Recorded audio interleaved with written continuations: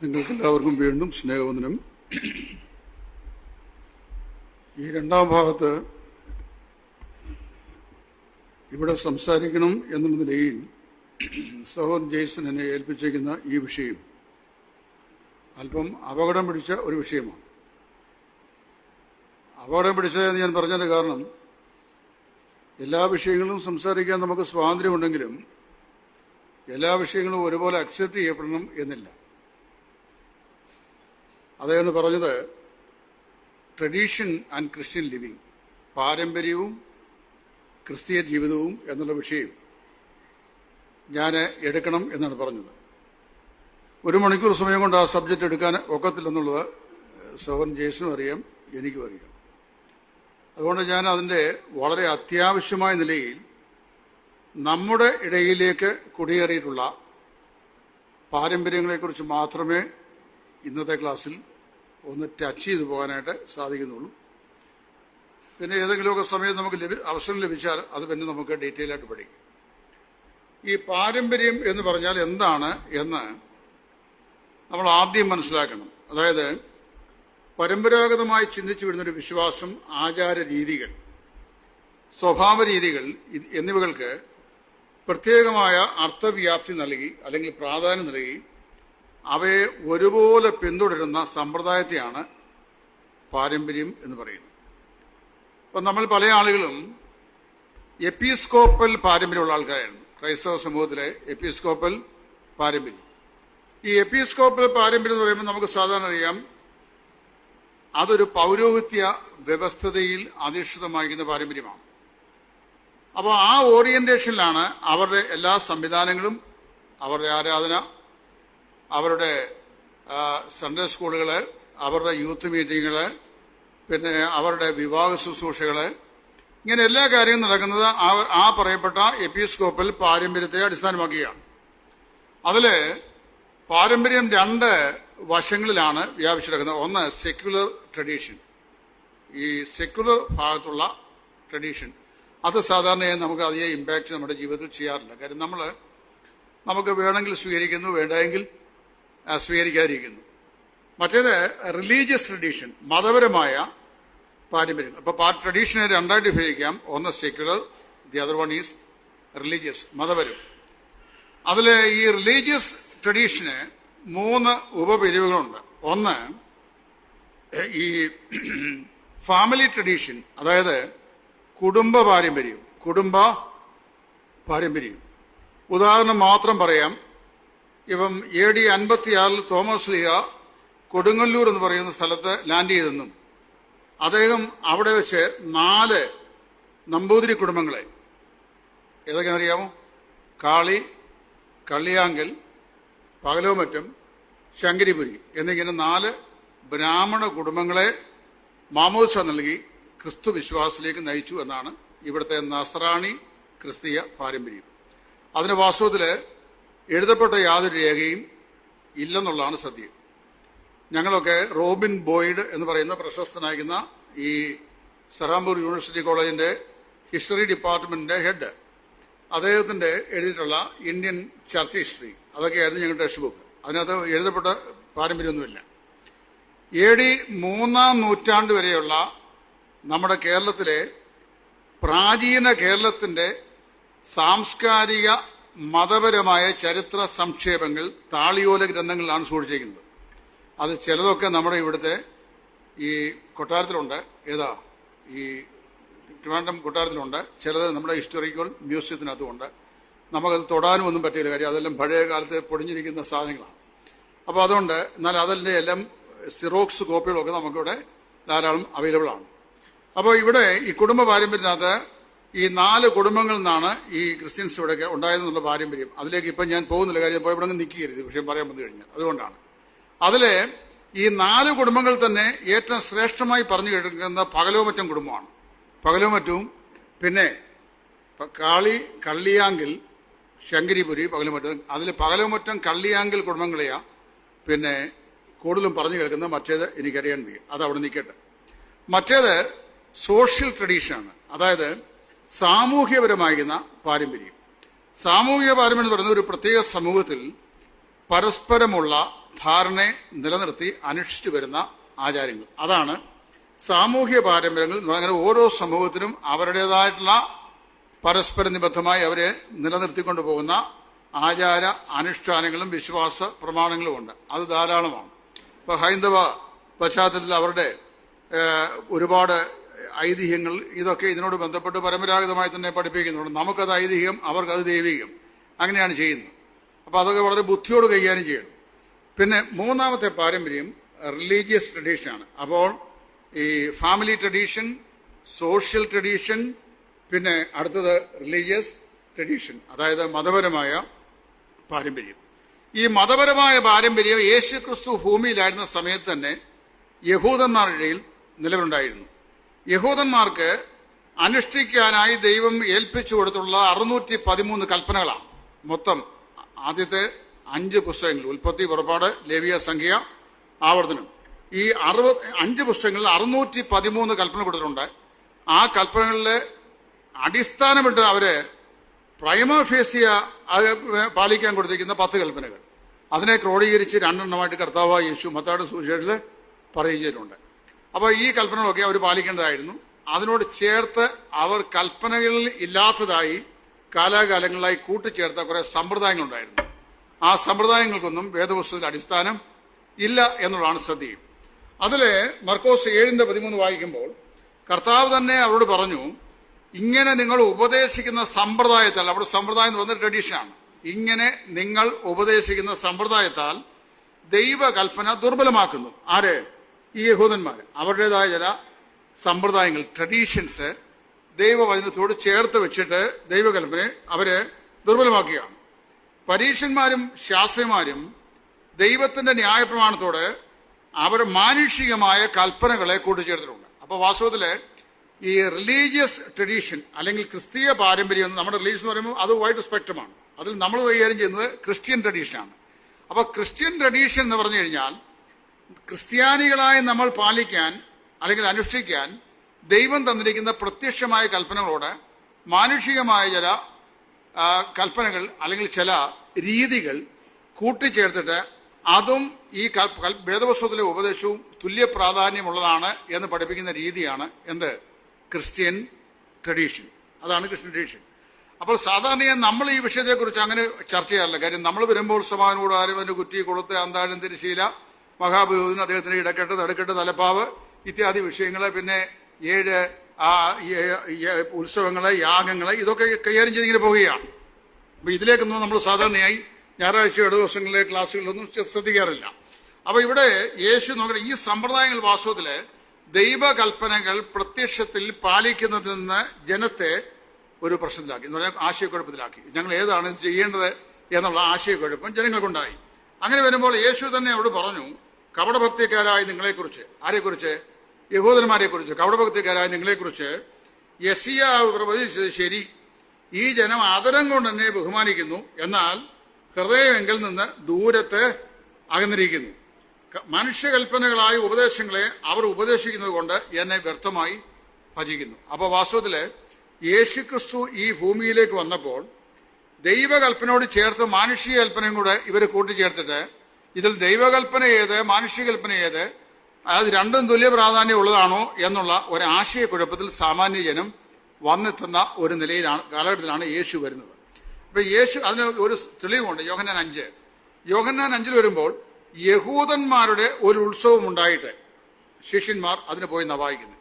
ഈ ഉത്സവങ്ങൾ സ്ഥാപിച്ച സമയത്ത് അത് യഹോവയുടെ ഉത്സവങ്ങളായിട്ടാണ് ലേവ്യ പുസ്തകത്തിൽ വായിക്കുന്നത്. നിങ്ങൾ വായിച്ചിട്ടുണ്ടോ? യഹോവയുടെ ഉത്സവങ്ങളാണ് ആ ഉത്സവങ്ങൾ 7. പക്ഷെ യേശു ക്രിസ്തു ഭൂമിയിൽ ബന്ധപ്പെട്ട ആരുടേതായി മാറി? യഹൂദന്മാരുടെ ഉത്സവമായിട്ട് മാറി. ഇതാണ് ഇതിനകത്ത് വരുന്ന ഈ പാരമ്പര്യത്തിലൂടെ കൂട്ടിച്ചേർക്കപ്പെടുന്ന വ്യവസ്ഥിതികൾ എന്ന് പറയുന്നു.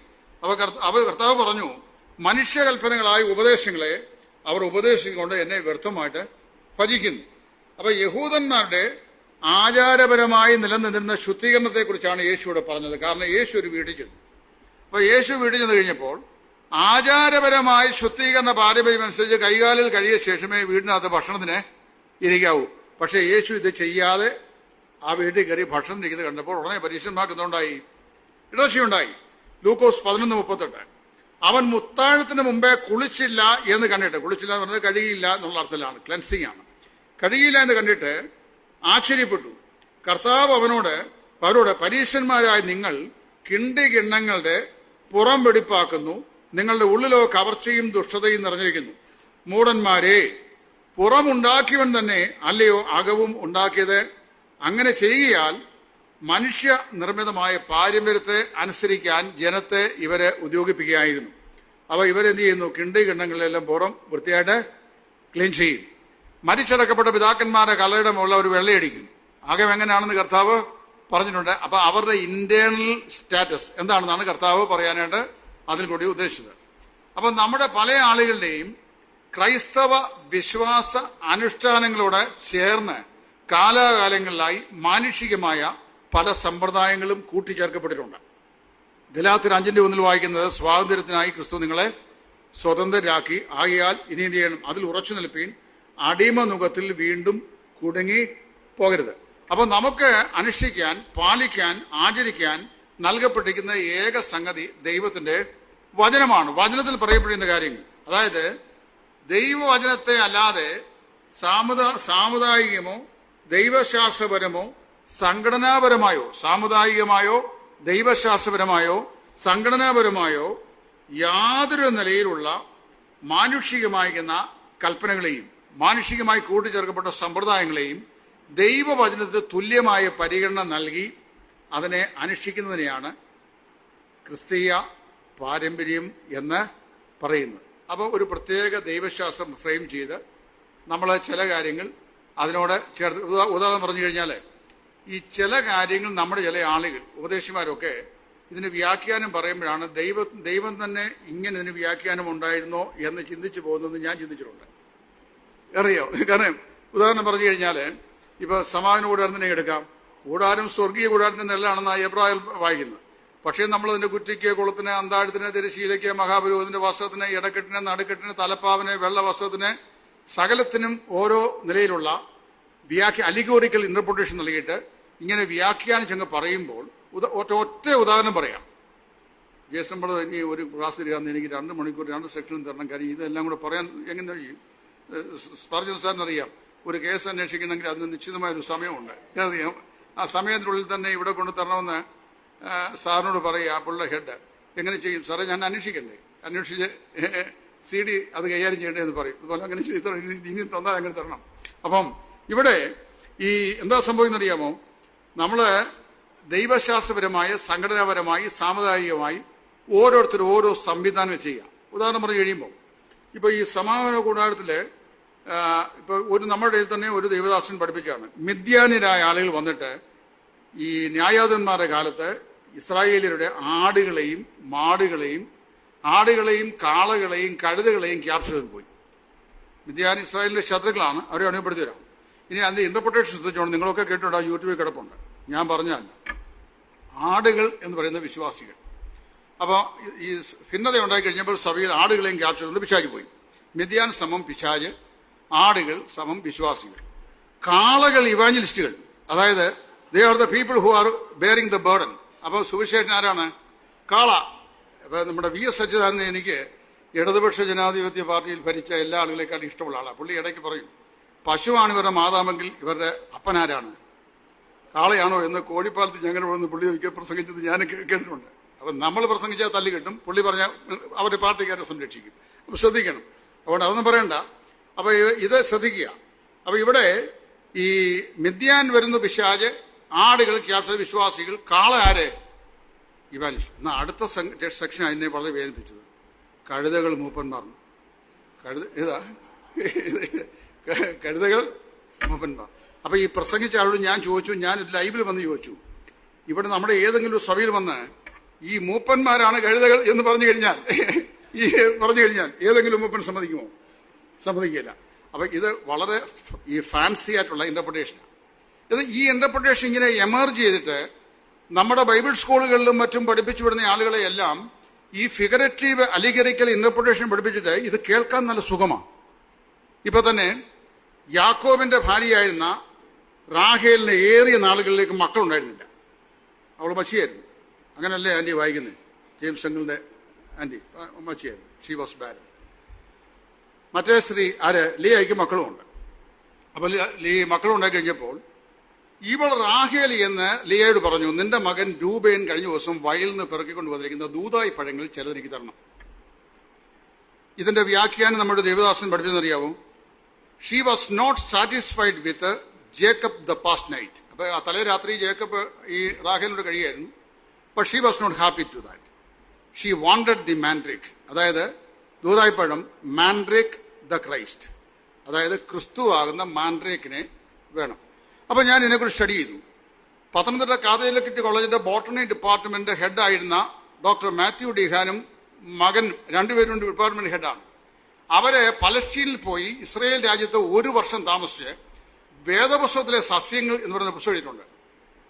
ആ പുസ്തകത്തിനകത്ത് ബൈബിൾ പരാമർശിക്കുന്ന മുഴുവൻ പുസ്തകങ്ങളുടെയും ബോട്ടണിക്കൽ സ്റ്റഡി ചെയ്തിട്ടുണ്ട്. ആധികാരിക ഗ്രന്ഥമാണ് നിങ്ങൾ വായിച്ചോണം. ആ പുസ്തകം ഞാൻ വായിച്ചു. ഞാൻ അവരെയും വിളിച്ച് സംസാരിച്ചു. കാര്യം പബ്ലിക്കിൽ പറയുമ്പം എനിക്ക് അതോറിറ്റി വേണ്ടേ. അപ്പം അവർ ഇതിനെക്കുറിച്ച് മാൻഡ്രേക്ക് എന്താണെന്ന് പറഞ്ഞിട്ടുണ്ട്. മാൻഡ്രേക്ക് എന്ന് പറയുന്നത്, ഇവർക്ക് മക്കളില്ല. യഹൂദന്മാരുടെ ഇടയിൽ ഒരു വിശ്വാസം ഉണ്ടായിരുന്നു. ഈ യഹൂദ വയൽ വരമ്പുകൾ നമ്മുടെ ഇവിടുത്തെ പഴയ കാട്ടുകരുതി പോലെ പടർന്നു കിടക്കുന്ന, കാട്ടുവെള്ളരി പോലെ കിടക്കുന്ന ഒരു പഴമാണ്. അതിൻ്റെ പൂക്കൾക്ക് ഒരു പ്രത്യേക വശീകരണ ശക്തിയുണ്ട്. ഈ പഴം കഴിച്ചു കഴിഞ്ഞാൽ അതിൻ്റെ മെഡിസിനൽ പ്രയോജനം എന്ന് പറഞ്ഞാൽ, വൈദ്യശാസ്ത്രപരമായ പ്രയോജനം എന്ന് പറഞ്ഞാൽ പ്രൊഫ്യൂസ് ഇജാക്കുലേഷൻ ഉണ്ടാവും. ഇപ്പം നമ്മൾ സാധാരണ ഇവിടുത്തെ ഒരു ഫിസീഷ്യനെ കാണുക, പുരുഷന്മാർക്ക് കുഞ്ഞുങ്ങളുണ്ടാകുന്നില്ല. അപ്പോൾ അവരുടെ ഈ സ്പേം കൗണ്ടിനെയൊക്കെ അവർ നന്നായിട്ട് നോക്കും. ഇത്ര മില്യൺ കൗണ്ട് ഉണ്ടെങ്കിൽ മാത്രമേ സാധാരണ പ്രഗ്നൻസി പോസിബിൾ ആകുള്ളൂ. ഇതൊക്കെ പറയുന്നതിന് കുഴപ്പമില്ല. പണ്ട് ഇതൊക്കെ പറയുന്ന തടസ്സമുണ്ടായിരുന്നു. ഇപ്പോൾ ഇതെല്ലാം പഠിപ്പിക്കാമെന്നാണ് പറഞ്ഞത്. അപ്പം അതുകൊണ്ട് ഈ പ്രൊഫ്യൂസ് ഇജാക്കുലേഷൻ അത് കൗണ്ട് പ്രസ്ക്രിപ്ഷനാണ് ഈ റാഹേൽ ഗർഭിണിയാകത്തെന്നാണ് അവിടെ വിശ്വാസം. അപ്പം ഈ പഴം കഴിച്ചു കഴിഞ്ഞാൽ it helps the profuse ejaculation whereas the women will be conceived. ഇതാണ് കൺസെപ്റ്റ്. പക്ഷേ എൻ്റെ വ്യാഖ്യാനം പറഞ്ഞറിയാമോ, ഈ she was not happy with Jacob, she had the night past, but she wanted the mandrake the Christ. ക്രിസ്തു ആകുന്ന മാൻഡ്രേക്ക്. എന്തു dangerous interpretation എന്നറിയാമോ. അപ്പോൾ ഇത് കേൾക്കുമ്പോൾ നമുക്ക് സുഖം തോന്നും. അപ്പം ഇങ്ങനെയുള്ള ഒരുപാട് കാര്യങ്ങൾ പഠിപ്പിച്ചിട്ട് ഈ വരും തലമുറകളല്ലേ ഇത് തന്നെ ഇങ്ങനെ ക്യാപ്ചർ ചെയ്തുകൊണ്ടിരിക്കുകയാണ്. അപ്പോൾ അത് വരുമ്പോൾ കേൾക്കാൻ സുഖകരമാണ്. വല്ലാത്തൊരു ആത്മീക ആകർഷകത്വമുണ്ടെന്ന് തോന്നിപ്പോകും ഈ അലീഗറിക്കൽ ഇന്റർപ്രിട്ടേഷൻ. അപ്പം ഇങ്ങനെയുള്ള സമ്പ്രദായങ്ങൾ ഇവർക്കും ഉണ്ടായിരുന്നു. അങ്ങനെ ഈ മതനിയമവാദികളായ യഹൂദന്മാർ അങ്ങനെയുള്ള പല കാര്യങ്ങളിൽ അതിലൊന്നാണ് ഈ കൈ കഴുകുക, കാല് കഴുകുക, ഭക്ഷണം മുമ്പ് കഴുകുക. ഇതൊക്കെ ദിവസം 3 വട്ടം പ്രാർത്ഥിക്കുക, ആഴ്ചയിൽ 3 ദിവസം 3 പ്രാവശ്യം പ്രാർത്ഥിക്കുക, പിന്നെ പതാരം കൊടുക്കുക. ഇങ്ങനെയുള്ള ഒരുപാട് സംഗതികളുണ്ട്. ഇതെല്ലാം ഫ്രം ടൈം ടു ടൈം ഇവരിലേക്ക് ആഡ് ചെയ്തിട്ടുള്ള പാരമ്പര്യങ്ങളാണ്. കൽപ്പനയ്ക്കകത്ത് ഡയറക്റ്റ് ഇതൊന്നും പറഞ്ഞിട്ടുമില്ല. അതുപോലെ തന്നെ നമ്മുടെ ഇടയിലേക്ക്, അതായത് ക്രിസ്തീയ വിഭാഗങ്ങളിൽ 1824 അയർലൻഡിലെ ഡബ്ലിനിൽ ആവിർഭവിച്ച പ്രസ്ഥാനമാണ് നമ്മുടെ പ്രസ്ഥാനം. ഇത് ആവിർഭവിച്ചപ്പോൾ ഉണ്ടായിരുന്ന 4 പിന്നീട് ആഡ് ചെയ്യപ്പെട്ട 3 7 പേരെയും കൊണ്ട് വളർന്ന ഈ പ്രസ്ഥാനം ഇന്ന് ലോകം മുഴുവനുണ്ട്.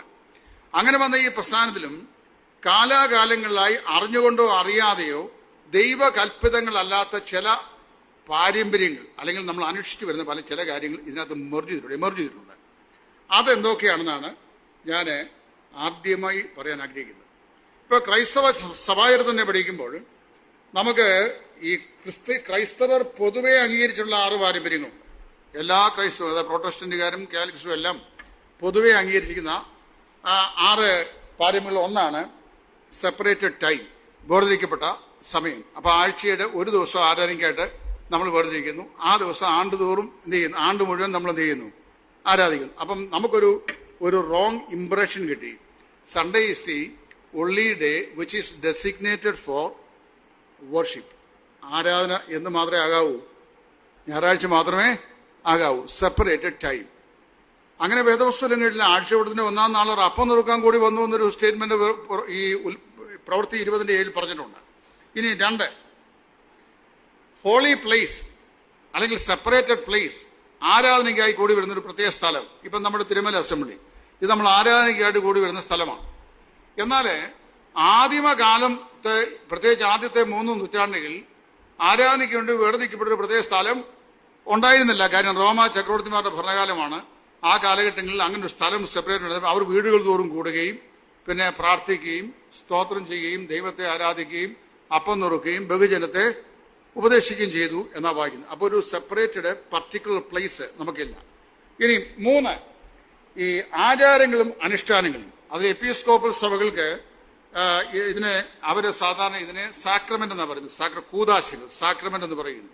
അത് ആദ്യത്തെ സാക്രമെന്റ് എന്ന് പറയുന്നത് മാമോദിസയാണ്. വിശുദ്ധ മാമോദിസ. ഏറ്റവും ഒടുവിലത്തെയാണ് അന്ത്യകൂദാശ. അത് നിങ്ങൾ കേട്ടിട്ടുണ്ടോ? ചില ആൾ പറഞ്ഞിട്ടുണ്ട് അന്ത്യകൂദാശയും സുബോധത്തോട് കൊണ്ടുവച്ചാ പോയെന്ന്. അപ്പൊ അതിന്റെ അർത്ഥം എന്നാ? അന്ത്യകൂദാശയും സുബോധത്തോടെ സ്വീകരിച്ചാ പോയെന്ന് പറഞ്ഞാൽ അതിന്റെ അർത്ഥം മുമ്പുള്ള ഒന്നും സുബോധമില്ലാതാണ് കൈക്കൊണ്ടുവന്ന് വേണേ ഒരു വ്യാഖ്യാനം പറയാം. അപ്പൊ അവർക്ക് 7 സാക്രമെന്റ്സുകളുണ്ട്, കൂദാശയുണ്ട്. എന്നാൽ നമുക്ക് 2 അനുഷ്ഠാനങ്ങളുണ്ട്. ഏതൊക്കെയാണ്? സ്നാനവും കർത്താവിന്റെ മേശയുടെ ആചരണമായി തിരുവത്താഴവും. പിന്നെ അത് കഴിഞ്ഞാൽ ഉള്ളത് വ്യക്തിഗത ജീവിതത്തിലെ ആരാധനയും ധ്യാനവും പ്രാർത്ഥന ശിക്ഷണം. അത് ഗ്രൂപ്പ് ചേർന്നോ ഒറ്റയ്ക്കോ. സഭയായിട്ടാണ് ആരാധിക്കുന്നതെങ്കിലും ആരാധന ഇൻഡിവിജ്വലാണ് ചെയ്യുന്നത്. നമ്മൾ സഭയായി കൂടി വരുന്നു. അത് അന്യോന്യമുള്ള ഫെലോഷിപ്പിനാണ്, അന്യോന്യമുള്ള കൂട്ടായ്മയ്ക്കാണ്. എന്നാൽ വർഷിപ്പ് എന്താണ്? ഇൻഡിവിജ്വലാണ്, വ്യക്തിപരമാണ്. വ്യക്തിപരമായിട്ടാണ് നമ്മൾ ദൈവത്തെ ആരാധിക്കുന്നത്. കുറഞ്ഞ പക്ഷേ അത്രയും കൺസെപ്റ്റ് എങ്കിലും മനസ്സിലാകണം. കാര്യം നമ്മൾ ചിന്തിക്കുന്നത് ഇൻഡിവിജ്വൽ ഇമ്പോർട്ടൻസ് ആരാധനയിലില്ല, സഭ കൂടി വന്നാൽ മാത്രമേ. ഇപ്പം ഈ കോവിഡ് കാലത്ത് വലിയ ഭയങ്കര സമരമൊക്കെ ഉണ്ടായിരുന്നു. അപ്പോൾ ആ കാലത്ത് ഒരുപാട് മെസ്സേജുകൾ ഞാൻ ചെയ്തിട്ടുണ്ട്. ഞാൻ ചെയ്ത ഒരു 2 ലൈവിൻ്റെ പ്രയോജനമാണ് ഈ സിംഗിൾ കപ്പ് മൾട്ടി കപ്പിലേക്ക് മാറാൻ കാരണമായി തീർന്നത്. അപ്പോൾ അത് നമ്മുടെ സഭകളിൽ 60% ആൾക്കാർ അത് സ്വീകരിച്ചു. അപ്പോൾ അത് പിന്നീട് ഞാൻ പറഞ്ഞോളാം. അപ്പോൾ ഇവിടെ ഈ വ്യക്തിഗതമായ ദൈവത്തെ ആരാധിക്കുന്ന ഇൻഡിവിജ്വലാണ്. പക്ഷേ സഭയിൽ വരുമ്പോൾ അന്യോന്യമുള്ള കൂട്ടായ്മ ബന്ധുകൂടി അതെന്ത് ചെയ്യുന്നു? നമ്മൾ ചെയ്യുന്നു. Let the whole assembly worship എന്നൊരു കൺസെപ്റ്റ് വെച്ച് കഴിഞ്ഞാൽ ഇപ്പം തിരുമല എത്ര ഫാമിലി ഉണ്ട്? എത്ര ഉണ്ട് ജേസൺ ബ്രദറെ? 30 or 40 ഉണ്ടാവും. ഈ 40 ഫാമിലിയിലുള്ള 40 ഫാമിലിയിലെ മുഴുവൻ മെമ്പേഴ്സും വന്ന് ആരാധിക്കുന്ന ഒരു ആരാധന മിക്കവാറും ഞായറാഴ്ചയിൽ കാണുകയില്ല. ഉണ്ടോ? ഇപ്പോൾ തന്നെ ഞാൻ ഇവിടെ വന്നപ്പോൾ എനിക്ക് അറിയാവുന്ന മുഖപരിയുള്ള ചില ആൾക്കാരില്ല, എന്താ പറയുക, വ്യക്തിപരമായ ആവശ്യങ്ങൾ പോയതായിരിക്കാം. അപ്പോൾ ഇല്ല. അപ്പോൾ whole congregation gathering in a particular place in a particular time to worship God എന്ന് പറഞ്ഞു കഴിഞ്ഞാൽ അങ്ങനെ ഒരു സംവിധാനം എവിടെയും നടക്കുന്നില്ല. ഈ മൊത്തമുള്ള ആളുകളിൽ കുറേ ആൾക്കാർ, സൗകര്യപ്പെടുന്ന ആൾക്കാരാണ് വരുന്നത്. അപ്പോഴും ആരാധന ഇൻഡിവിജ്വലാണ്. പിന്നെ അടുത്തത് ഈ സൺഡേ വർഷിപ്പ്, ഞായറാഴ്ചയുള്ള ആരാധന. അത് എല്ലാ സഭകൾക്കും ഉണ്ട്, റോമൻ കാത്തലിക്സിന് വരെ ഉണ്ട്. പിന്നെ സിംബോളിസമായിട്ട് ഉപയോഗിക്കും. നമുക്ക് സിംബോളിസം ഒന്നുമില്ല. ആദിമ ക്രൈസ്തവർക്ക് സിംബോളിസം ഉണ്ടായിരുന്നു. 2 എണ്ണം അവർ ഉപയോഗിച്ചിരുന്ന. ഒന്ന് ഒരു മത്സ്യത്തിന്റെ അടയാളം. അത് 1-ാം നൂറ്റാണ്ട് മുതൽ 3-ാം നൂറ്റാണ്ട് വരെ നീറോ തുടങ്ങി ഡയോക്ലീറ്റസ് വരെയുള്ള റോമൻ 10 ചക്രവർത്തിമാരുടെ കാലത്ത്, ക്രൈസ്തവ പീഡനകാലത്ത് ക്രിസ്ത്യാനികൾക്ക് കൂടി വരാനും ആരാധിക്കാനുള്ള സ്വാതന്ത്ര്യം നിശ്ചയിക്കപ്പെട്ടിരുന്നു. അപ്പോൾ ഈ വിശ്വാസികൾക്ക് പരസ്പരം ഇത് ക്രിസ്ത്യൻസ് ആണ് എന്നറിയാൻ വേണ്ടി അവര് ഉപയോഗിച്ചിരുന്ന ഒരു സിമ്പലാണ് എന്ത്? ഫിഷിന്റെ സിമ്പൽ, മത്സ്യത്തിന്റെ ചിഹ്നം. അത് അവർ ആദ്യ നാളിൽ ഉപയോഗിച്ചിരുന്നു. അതിനുശേഷം കുരിശ് ഒരടയാളമായിട്ട് അവർ ഉപയോഗിച്ചു വന്നു. പക്ഷെ നമ്മളത് ഉപയോഗിക്കുന്നില്ല. അതുകൊണ്ട് സിംബോളിസത്തെ സംബന്ധിച്ച് പ്രത്യേകിച്ചൊന്നും നമ്മൾ പറയേണ്ട ആവശ്യമില്ല. അപ്പം ഞാൻ ഇനിയുള്ള ശേഷമുള്ള 35 മിനിറ്റ് സമയം, അത്രയേ ഉള്ളൂ. ഇനി 35 മിനിറ്റ് സമയം വേർപെട്ട ദൈവജനത്തിന്റെ ഇടയിൽ വല്ല പാരമ്പര്യവും ഉണ്ടോ എന്നാണ് ഞാൻ പറയാൻ പോകുന്നത്. വേർപെട്ട ദൈവജനത്തിന്റെ ഇടയിൽ വല്ല പാരമ്പര്യവും ഉണ്ടോ? ഇത് ഞാൻ ഈ പറയാൻ പോകുന്ന വിഷയങ്ങൾ യാഥാസ്ഥികരായിട്ടുള്ള വിശ്വാസികൾ, കൺസർവേറ്റീവ് വിശ്വാസികൾ ഇത് കേൾക്കുമ്പോൾ ഇതൊരു പക്ഷെങ്കിൽ പുതിയ ഉപദേശമാണെന്നോ നിലവിലുള്ളതിനെ സമൂല പരിവർത്തനം ചെയ്യാൻ വേണ്ടിയുള്ള ഒരു പരിശ്രമമാണെന്നോ ഒരു പക്ഷെങ്കിൽ തെറ്റായി വ്യാഖ്യാനിക്കാൻ സാധ്യതയുണ്ട്. നിങ്ങൾ അങ്ങനെ വ്യാഖ്യാനിക്കേണ്ട. ഇത് കേൾക്കുക, കേട്ട ശേഷം നിങ്ങൾ പഠിക്കുക, പഠിച്ചിട്ട് മനസ്സാക്ഷിയുടെ പ്രമാണം അനുസരിച്ച് അത് പ്രായമാക്കുക. ഏതായാലും ഒരു കാര്യം പറയാം, നിലവിലുള്ള സമ്പ്രദായങ്ങൾക്ക് വളരെ പെട്ടെന്നൊരു മാറ്റം നമുക്ക് വരുത്താനായിട്ട് സാധിക്കത്തില്ല. അങ്ങനെ ചെയ്തു കഴിഞ്ഞാൽ എതിരഭിപ്രായങ്ങളുള്ള ആളുകൾ സഭകൾ ഉണ്ടാകും. അതുകൊണ്ട് നമ്മൾ എല്ലാവരെയും പാസിഫൈ ചെയ്ത് സമാധാനമായി മുമ്പോട്ട് പോകുന്ന രീതിയാണ് ഉപയോഗിക്കുന്നത്. അതിൽ ആദ്യമായി ഞാൻ പറയാൻ ആഗ്രഹിക്കുന്ന വിഷയം നമ്മുടെ ആരാധനയിലെ അതിപ്രധാന ഭാഗമാകുന്ന ഒന്നാം ഭാഗത്തിന് സാധാരണയായി യൂണിവേഴ്സലി നമ്മൾ അംഗീകരിക്കുന്ന ഒരു രീതിയുണ്ട്. ഇതാണ് യൂണിവേഴ്സലി അംഗീകരിക്കുന്ന രീതി. ലോകത്തിലെ ഏത് രാജ്യങ്ങളിൽ ചെന്നാലും ബ്രദറൻ വർഷിപ്പിന് ഒരു രീതിയുണ്ട്. ആ രീതിയാണ് പാരമ്പര്യം എന്ന് പറയുന്നത്.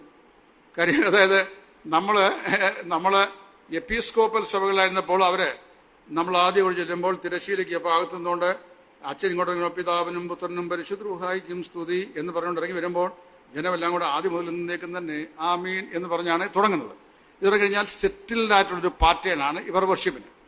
ആ പാറ്റേൺ എല്ലാ ഞായറാഴ്ചയും എല്ലാ മാർത്തോമ എല്ലാ യാക്കോബയ സഭകളിലും അങ്ങനെ തന്നെയാണ് ചെയ്തുകൊണ്ടിരിക്കുന്നത്. അതിന് യാതൊരു മാറ്റവുമില്ല. അങ്ങനൊരു മാറ്റം ഉണ്ടാകണമെങ്കിൽ എന്ത് ചെയ്യണം? അവരുടെ മെട്രോപൊളിറ്റൻ അല്ലെങ്കിൽ ബിഷപ്പ് കൗൺസിൽ കൂടിയിട്ട് അവരുടെ അരമനയിൽ വെച്ച് ഇവരുടെ തക്സ ചേഞ്ച് ചെയ്യണം, ആരാധനാക്രമം ചേഞ്ച് ചെയ്യണം. ചേഞ്ച് ചെയ്താൽ മാത്രമേ അവിടുന്ന് മെട്രോപൊളിറ്റൻ കൗൺസിൽ കൂടിയ ശേഷം അത് ചേഞ്ച് ചെയ്തിട്ട് ഇടവകൾ മേൽ അവരറിയിക്കും, തിരുമേനിയുടെ ഇടപെടുന്ന അറിയിക്കും. അപ്പോൾ മാത്രമാണ് അവർക്ക് അത് ചെയ്യാനുള്ള അവകാശം. അതുവരെ ഇതെങ്ങനെ തന്നെ കണ്ടുകൊണ്ടിരിക്കുകയാണ്. അതിനെ നമ്മൾ ട്രഡീഷൻ പറഞ്ഞു. അങ്ങനെയാണെങ്കിൽ ഞാൻ സ്വാഭാവികമായി ചോദിക്കാൻ ആഗ്രഹിക്കുന്ന ഒരു വിഷയം, നമ്മുടെ ആരാധനയിൽ നമ്മൾ കൂടി വരുമ്പോൾ സാധാരണയായി ഒരു ഓപ്പണിംഗ് പ്രെയർ, ഇത് കഴിഞ്ഞാൽ 2 പാട്ട് അല്ലെങ്കിൽ 3 പാട്ട്, ഇത് കഴിഞ്ഞു കഴിഞ്ഞാൽ ഒരു സങ്കീർത്തന വായന. അത് ദൈവകൃപയാൽ ഇന്നിവിടെ ഞാൻ കണ്ടില്ല. കാരണം പിന്നെ ഞങ്ങളുടെ ഇവിടെയൊക്കെ ഇത് വായിച്ചില്ലെങ്കിൽ അതിൻ്റെ പേരിൽ പ്രയാസമുണ്ട്. അപ്പം അത് സങ്കീർത്തനം എന്തുകൊണ്ട് വായിച്ചില്ല എന്നുള്ള ക്വസ്റ്റ്യൻ അറിയാവോ? അപ്പോൾ അതിൻ്റെ പേരിൽ വഴക്കുണ്ടായ ഒരു സമയം ഞങ്ങളുടെ സഭയിലേക്ക് ഉണ്ടായി. കാരണം സങ്കീർത്തനം വായിക്കാൻ പറഞ്ഞു പോയത്. നമ്മൾ വായിക്കുന്ന ഈ 150 സങ്കീർത്തനമേ അല്ല ആദിമ സഭകളിൽ സഭ കൂടിയുമ്പോൾ ഉണ്ടായിരുന്ന വിഷയങ്ങൾ. അവിടെ വന്ന നിങ്ങൾ കൂടി വരുമ്പോൾ ഒരുവന് സങ്കീർത്തനം, ഒരുത്തനെ പ്രവചനം, ഒരുത്തനെ പ്രവചനങ്ങളുടെ വ്യാഖ്യാനം, മറ്റൊരുത്തനെ വിവിധ ഭാഷകൾ, വേറൊരുവന് ഭാഷകളുടെ വ്യാഖ്യാനം. അപ്പോൾ ശ്രദ്ധിക്കണം, ഇവിടെ ഞാൻ പറയാൻ പോകുന്ന വിഷയം അപ്പോൾ ഈ സങ്കീർത്തനം എന്ന് പറഞ്ഞാൽ അവർ സഭ കൂടി വരുമ്പോൾ ഒരാൾക്ക് പെട്ടെന്നൊരു സങ്കീർത്തനം ലഭിക്കുക. പണ്ട് ഈ കാതിക വിഭാഗത്തിൽ നിന്ന് YSK സാറിനൊക്കെ അറിയാം, സാർ എഴുതിയിട്ടുണ്ട്. കാതിക വിഭാഗത്തിൽ നിന്ന് ഒരാൾ രക്ഷിക്കപ്പെട്ടു നമ്മുടെ സഭയിൽ വന്ന് ആ പുള്ളി കുറച്ചാഴ്ച കഴിഞ്ഞപ്പോൾ എല്ലാവരും ആരാധനയ്ക്കുള്ള ചിന്ത പറയുന്നു. അപ്പോൾ അദ്ദേഹത്തിന് ഒരു പ്രചോദനം കിട്ടിയ ഒരു ചിന്ത പറയണം. അപ്പോൾ അദ്ദേഹത്തിന് പറഞ്ഞു, ഞാൻ ഇന്ന് കുമാരനാശാന്റെ വീണപൂവ് എന്ന കാവ്യത്തിൽ നിന്ന് ഒരു ഭാഗം ചൊല്ലിയാണ് കർത്താവിൻ്റെ മേശയ്ക്ക് വേണ്ടിയുള്ള ചിന്ത പറയാൻ ആഗ്രഹിക്കുന്നത്. ആ പുഷ്പമേ അതിതൂങ്ക പദത്തിൽ എത്ര ശോഭിച്ചിരുന്നു ഒരു രാജ്ഞി കണക്കെ നീ എന്ന് അദ്ദേഹം ചൊല്ലിയ ശേഷം ഈ പുഷ്പം ഒരു ദിവസം മനോഹരമായി ആ പുഷ്പത്തിൻ്റെ ചെടിയിൽ നിന്നാണ്. എന്നാൽ സൂര്യാഘാതമേറ്റ് 2-3 ദിവസം കഴിഞ്ഞപ്പോൾ ദയനീയമായ നിലയിൽ അത് തളർന്ന് അവശയായി ഇപ്പോൾ താഴെ വീണു. ഒരിക്കൽ ഈ തണ്ടിൽ ശോഭിച്ചിരുന്ന ഈ പുഷ്പം എന്നിട്ട് കൊണ്ട് കണക്ട് ചെയ്തറിയാവും, കർത്താവ് സ്വർഗത്തിൽ മഹിമയിൽ പിതാവിൻ്റെ വലതുഭാഗത്തിരുന്നവനായിരുന്നു. എന്ത് ചെയ്തു? നമുക്ക് വേണ്ടി താണ ഭൂമിയിലേക്ക് വന്നു എന്ന് പറയും. അപ്പം കാര്യം അദ്ദേഹത്തിന് വശമായിരിക്കുന്ന ബാക്ക്ഗ്രൗണ്ട് അതാണ്, മനസ്സിലായോ? ആ ബാക്ക്ഗ്രൗണ്ടിൽ കൂടി ഈ ക്രിസ്തുവിനെ എമർജ് ചെയ്യാനാണ് ദൈവം ശ്രമിക്കുന്നത്.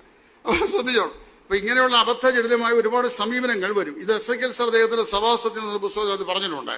അപ്പോൾ ഞാൻ പറഞ്ഞത്, അത് സങ്കീർത്തനം കഴിഞ്ഞു. ഇത് കഴിയുമ്പോൾ 3-4 പേര് എന്ത് ചെയ്യുന്നു? ആരാധനയ്ക്ക് പ്രബോധനം പറയുന്നു. പിന്നെ ആൾ അപ്പത്തിന് സ്തോത്രം ചെയ്യുന്നു. അത് കഴിയുമ്പോൾ അപ്പം മുറിക്കുന്നു, പാനപാത്രം എടുത്ത് കൊടുക്കുന്നു, പിന്നെ വചനം സൂക്ഷിക്കുന്നു. ഈ സഭ ഉണ്ടായ കാലം മുതൽ നമ്മുടെ സിസ്റ്റം ഇതാണ്. ഈ സിസ്റ്റത്തിൻ്റെ ഓർഡർ അടുത്ത ഞായറാഴ്ച നമുക്കൊന്ന് റിവേഴ്സ് ചെയ്യാം എന്നാലും തീരുമാനിച്ചിട്ട് ഇത് റിവേഴ്സ് ചെയ്താൽ ഇവിടെ നിശ്ചയമായും പ്രയാസം ഉണ്ടാകും. അറിയാവും. അപ്പം അത് ചോദ്യം ചെയ്യപ്പെടും, ആരാണ് ഇത് റിവേഴ്സ് ചെയ്യാൻ നിങ്ങൾക്ക് അധികാരം തന്നത്? അതിനുള്ള ബേസ് എന്താണ്? അപ്പോൾ സത്യം പറഞ്ഞാൽ നമുക്കങ്ങനെ ഒരു ഓർഡർ ഇല്ലെന്നുള്ള വിഷയം. കാര്യം ആത്മാവിൻ്റെ സ്വാതന്ത്ര്യം അനുസരിച്ചാണ് വർഷിപ്പ് നടക്കുന്നത്. അപ്പോൾ അവിടെ ലീഡ് ചെയ്യുന്ന പരിശുദ്ധാത്മാവാണ്. പക്ഷേ നമുക്ക് എപ്പിസ്കോപ്പൽ സഭകൾക്കൊരു സെറ്റിൽഡ് ആയിട്ടുള്ള തക്സ രീതി ഉള്ളതുപോലെ കാലക്രമത്തിൽ നമുക്കെന്തുണ്ടായി? ഒരു രീതി ഉണ്ടായി. ഈ ആദ്യം പാടുന്ന ഈ ഓപ്പണിംഗ് പ്രയർ എന്നുള്ളത് നമ്മൾ ആദ്യം ചെയ്യാതെ ഒരു പാട്ട് പാടി വെച്ച് പ്രാർത്ഥിച്ചാൽ വല്ല പ്രശ്നം ഉണ്ടാകുകയില്ല.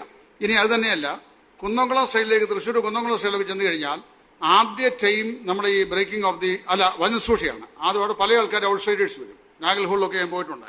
അപ്പോൾ അവിടെ ആദ്യം പാട്ട് പാടുക, പ്രാർത്ഥിക്കുക, വചനസൂക്ഷ ചെയ്യുക. വചനസൂക്ഷ കഴിഞ്ഞ് കഴിയുമ്പോൾ പുറത്തുനിന്ന് ആൾക്കാരങ്ങ് പോകും. ബാക്കി സഭ ഒഴിഞ്ഞുകൊണ്ട് 2ാം ഭാഗം കർത്താവിൻ്റെ മേശയുടെ ആചരണം ഇങ്ങനെ ചെയ്യാറുണ്ട്. അപ്പോൾ അത് ആ വടക്കൻ ഭാഗത്ത് അങ്ങനെയുണ്ട്. പക്ഷെ നമ്മുടെ ഇവിടെ അങ്ങനെ ഒരു സിസ്റ്റമില്ല. അപ്പം നമ്മൾ ഒരു സെറ്റിൽഡ് പാറ്റേൺ വെച്ചിട്ട് ഇങ്ങനെ ആകാവൂ എന്നൊരു നിബന്ധന വയ്ക്കുമ്പോൾ അതെന്തായി മാറും? അതൊരു പാരമ്പര്യമായിട്ട് മാറും. എന്നാൽ ക്രിസ്തുവിലുള്ള സ്വാതന്ത്ര്യത്തിൽ ഒരാൾക്ക് ആത്മപ്രേരിതമായി ഒരു ശുശ്രൂഷ ചെയ്യുന്നതിന് യാതൊരു വിധമാക്കുന്നത് ഒരു സെറ്റിൽഡ് പാറ്റേണും ദൈവം നൽകിയിട്ടില്ല. പ്രവൃത്തിയുള്ള പുസ്തകം നമുക്ക് നൽകിയിരിക്കുന്ന ഏക പാറ്റേൺ അവർ ആഴ്ചതോറും കൂടി വരികയും അന്യോന്യം പ്രബോധിപ്പിക്കുകയും കൂട്ടായ്മയായിരിക്കുകയും അപ്പം നുറുക്കുകയും പ്രാർത്ഥന കഴിയുകയും സാക്ഷ്യം പറയുകയൊക്കെ ചെയ്തു പോകുന്നു. ഇതാണ് എൻ്റെ രീതി എന്ന് പറയുന്നത്. അതൊരു ഉദാഹരണമായി ഞാൻ പറഞ്ഞെന്ന് മാത്രമേ ഉള്ളൂ. ഇത് നമ്മുടെ ആരാധനയുടെ 1ാം ഭാഗത്തെ സംബന്ധിച്ച് എമേർജ് ചെയ്തിട്ടുള്ള ഒരു പാരമ്പര്യമാണ്. എന്നാൽ പാരമ്പര്യമാണെന്ന് ആരും സമ്മതിക്കുകയില്ല. ഇനി ആരെങ്കിലും ചോദിച്ചാൽ പറയും നമ്മുടെ പിതാക്കന്മാരുടെ കാലം പോലെ നമ്മൾ അങ്ങനെ ചെയ്യാതെ പറയും. അപ്പോൾ യഹൂദന്മാരുടെ അവകാശം എന്തായിരുന്നു? ഞങ്ങളുടെ പിതാക്കന്മാർ ഈ മലയിലും യെരുശലേമിലുമാണ് ശമരിയക്കാരി അങ്ങനെ ഞങ്ങളുടെ പിതാക്കന്മാർ ഈ മലയിലും യെരുശലേമിലുമാണ് ആരാധിച്ചത്. അപ്പോൾ അവർക്കൊരു പാരമ്പര്യമുണ്ട്. ശമരിയർക്കൊരു പാരമ്പര്യമുണ്ട്, യഹൂദന്മാർക്ക് ഒരു പാരമ്പര്യമുണ്ട്, ഇന്ത്യൻ ക്രിസ്ത്യൻസിന് ഒരു പാരമ്പര്യമുണ്ട്. അപ്പോൾ ഈ പാരമ്പര്യമെല്ലാം ഇങ്ങനെ ഓരോ കാലഘട്ടത്തിൽ അത് പ്യൂരിഫൈ ചെയ്ത് അതിൻ്റെ ഓരോ ഭാഗങ്ങളായി നമ്മളൊരു സെറ്റിൽഡ് പാറ്റേൺ സ്വീകരിക്കുന്നു. ഒന്നാമത്തെ വിഷയം നമ്മൾ മനസ്സിലാക്കേണ്ടത്, ദൈവത്തിന് ഒരിക്കലും ഒരു സെറ്റിൽഡ് പാറ്റേൺ ഇല്ല. ഇപ്പോൾ യഹൂദന്മാർക്കൊരു പാറ്റേൺ വർഷിപ്പിന് വേണ്ടി ദൈവം കൊടുത്തു, അത് കർത്താവിൻ്റെ ക്രൂശീകരണത്തോടെ ആ സംവിധാനം തീർന്നു കഴിഞ്ഞപ്പോൾ പിന്നെ പരിശുദ്ധാത്മാവിൻ്റെ നിയന്ത്രണത്തിൽ ദൈവം നൽകുന്ന സ്വാതന്ത്ര്യം വ്യക്തികൾ സ്വാതന്ത്ര്യമായി ആരാധനയ്ക്ക് ഉപയോഗിക്കുന്ന ആരാധന രീതിയാണ് പുതിയ മുതലേ ആരാധന രീതി. അതിന് നമ്മൾ വയ്ക്കുന്ന യാതൊരു പാറ്റേണും വാസ്തവത്തിൽ നിയമാനുസൃതമായ പുതിയ മതത്തിൻ്റെ കൽപ്പനയല്ല. അത് നമ്മൾ മാനുഷികമായി ഉണ്ടാക്കിയ സമ്പ്രദായങ്ങളാണ്. മാനുഷികമായി ഉണ്ടാക്കിയ സമ്പ്രദായങ്ങൾക്ക് നീതീകരണം പറയാൻ നമുക്ക് സാധിക്കുമായിരിക്കും ഒരു പക്ഷേങ്കിൽ സമയം. ഇപ്പോൾ 2 മണിക്കൂർ നമ്മുടെ ആരാധന സമയം. ഇപ്പോൾ ഈ 2 മണിക്കൂറിനുള്ളിൽ ഈ കാര്യങ്ങളും ചെയ്യണം. അതുകൊണ്ട് നമ്മളൊരു ക്രമീകരണം ഉള്ളതെന്ന് പറയുന്നു. അത് പാരമ്പര്യമാണ്. രണ്ടാമത്, ഈ പ്രദേശങ്ങളിലുള്ളതിരിക്കാനും ഞങ്ങളുടെ സ്ഥലങ്ങളിലൊക്കെ സംയുക്ത യോഗം എന്നൊരു യോഗമുണ്ട്. എന്നാൽ നമ്മൾ 4-5 സഭകൾ ഒന്നിച്ച് കൊടുക്കുക, എന്നിട്ട് 3 മാസം കൊണ്ടിരിക്കുമ്പോൾ സംയുക്തമായി ആരാധിക്കുക. അപ്പോൾ സംയുക്തമായി ആരാധിക്കുമ്പോൾ അവരൊരു ചെറിയ സംവിധാനം പറയാറുണ്ട്. അതെനിക്ക് വളരെ രസകരമായി തോന്നി. നമുക്ക് എല്ലാവർക്കും ആരാധനയ്ക്കുള്ള സ്വാതന്ത്ര്യം ഉണ്ടെങ്കിലും സമയത്തിൻ്റെ പരിമിതി പരിഗണിച്ചുകൊണ്ട് ആരൊക്കെ ചിന്ത പറയണം, ആരൊക്കെ സ്തോത്രം ചെയ്യണം എന്നൊരു ധാരണ കൊടുത്തിട്ടുണ്ടെന്ന്. അപ്പോൾ ആ ധാരണ ആരാ കൊടുത്തേ? മനുഷ്യർ. അപ്പോൾ അതിന് ആ സമ്പ്രദായം എന്ന് പറയുന്നത് ട്രഡീഷൻ. അതിന് വേദോസ്വതി ആധാരമില്ല, ബൈബിൾ അങ്ങനെ പറഞ്ഞിട്ടില്ല. പരിശുദ്ധാത്മാവ് ചിന്ത നൽകുന്ന ആളുകൾ, കാര്യം പ്രവാചകന്മാരുടെ ആത്മാക്കൾക്ക് കീഴ്പ്പെട്ടിരിക്കുന്നു. അപ്പോൾ ഒരാൾക്കൊരു ചിന്ത പറയണമെന്ന് തോന്നി, വേറെ ആൾ ഒരു ചിന്തയ്ക്കായി എഴുന്നേറ്റാൽ ഈ ആളെന്ത് ചെയ്യണം? ആ ആളിന് കീഴ്പ്പെട്ട് ഇരിക്കണം. അതിനെയാണ് പരിശുദ്ധാത്മാവിൻ്റെ നിയന്ത്രണത്തിന് കീഴ്പ്പെട്ടിരിക്കുന്ന സംവിധാനം എന്ന് പറയുന്നത്. അപ്പം അങ്ങനെയാണ്. അപ്പം ഇങ്ങനെയുള്ള സംവിധാനങ്ങൾ എല്ലാം ഇതിനകത്തുണ്ട്. അത് നമ്മൾ സ്വീകരിച്ചിരുന്ന ഒരു പാരമ്പര്യമാണ്. കൂടുതൽ വിശദാംശത്തിലേക്ക് ഞാൻ പോകുന്നില്ല, കാര്യം വലിയ പരിക്ക് പറ്റാതിരിക്കാനാണ് വലിയ വിശദീകരണത്തിലേക്ക് പോകുന്നില്ല എന്ന് ഞാൻ പറഞ്ഞത്. കാരണം അല്പം സൂക്ഷിക്കണ്ടേ. അതുകൊണ്ട് അല്ലെ പിന്നെ മോഹനും മോളി കൂടെ പറഞ്ഞ പോലെ ഞാൻ പറയേണ്ടതായിട്ട് വരും. അതുകൊണ്ട് രണ്ടാം ഭാഗം, അപ്പം നുറുക്കൽ, നമ്മുടെ കർത്തൃമേശയുടെ ആചരണം. ഞാൻ ദേശീയവും അന്തർദേശീയവുമായി യാത്ര ചെയ്ത സ്ഥലങ്ങളിലെല്ലാം എനിക്ക് കിട്ടിയിട്ടുള്ള ഒരു ഇംപ്രഷൻ, അല്ലെങ്കിൽ ഞാൻ മനസ്സിലാക്കുന്ന ഒരു impression, most of the brethren they understand the observation of the Lord's table is worship. അതായത് കർത്താവിൻ്റെ മേശയുടെ ആചരണമാണ് എന്ത്? ആരാധന. ഇത് ശരിയാണ് സ്ഥാപിക്കാൻ ഞാൻ വിഷയം പറയാം. ഒരു 4-5 പേര് എഴുന്നേറ്റ് ഓരോരുത്തരും ഓരോ ചിന്ത പറയും. ഇവർ ആ ചിന്ത അവസാനിപ്പിക്കുമ്പോൾ let us fall down and worship God എന്നാണ് പറയും. നമുക്ക് എന്ത് ചെയ്യാം? നമുക്ക് വീണ് കർത്താവിനെ ആരാധിക്കാം. or let us dedicate ourselves to meditate upon the agony of Christ എന്ന് പറയും. ഇത് കഴിഞ്ഞാൽ ഉടനെ ഒരാൾ എഴുന്നേറ്റ് അപ്പം സ്തോത്രം ചെയ്യുക. പിന്നെ where is the time that we have used for? എന്നാൽ മറ്റ് പല സ്ഥലങ്ങളെക്കാളും ഇന്ന് നിങ്ങളുടെ സംവിധാനം സന്തോഷം തോന്നി. കാര്യം നിങ്ങൾ ആദ്യം ഏറെ പേർ എന്ത് ചെയ്യും? ദൈവത്തിന് സ്തോത്രം ചെയ്യുകയും വർഷിപ്പ് കോറസസ് ഒക്കെ പാടുകയും ചെയ്തു. That is worship. അത് ചെയ്യുന്നു. അപ്പോൾ അങ്ങനെ ചെയ്യുക. കർത്താവിൻ്റെ മേശയുടെ ആചരണം അല്ല വർഷിപ്പ്. അത് ആരാധനാ സമയത്ത് കർത്താവിൻ്റെ അഗണിയെ ഓർക്കാൻ വേണ്ടി നമുക്ക് തന്നിരിക്കുന്ന ഒരു കമോമറേഷൻ നമ്മൾ എന്ത് ചെയ്യുന്നു?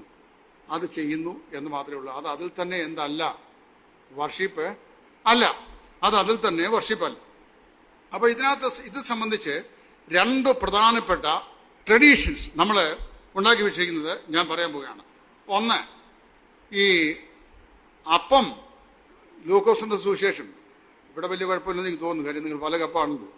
അപ്പോൾ ഇത് ഞാൻ പഠിപ്പിച്ചപ്പോൾ എന്നെ വിപരീത ഉപദേശകരെന്ന് വരെ തുടർച്ചയായിട്ട് ഇട്ടിട്ട് ഞാൻ ബ്രദറൻ സഭയെ മൊത്തമായി ഓർത്തഡോക്സിലേക്ക് കൊണ്ടുപോകാൻ വേണ്ടി ഡ്രൈവ് ചെയ്യാണെന്നൊക്കെ എനിക്കെതിരായിട്ട് എഴുതി.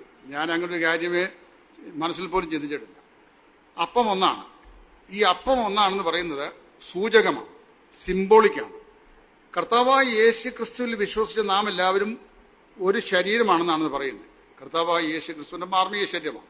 2, അതിൽ നമ്മൾ പങ്കെടുക്കുമ്പോൾ ക്രിസ്തുവിൻ്റെ ശരീരത്തിൽ നമുക്കുള്ള കൂട്ടായ്മയാണ് അത് നമ്മെ ഓർപ്പിക്കുന്നത്.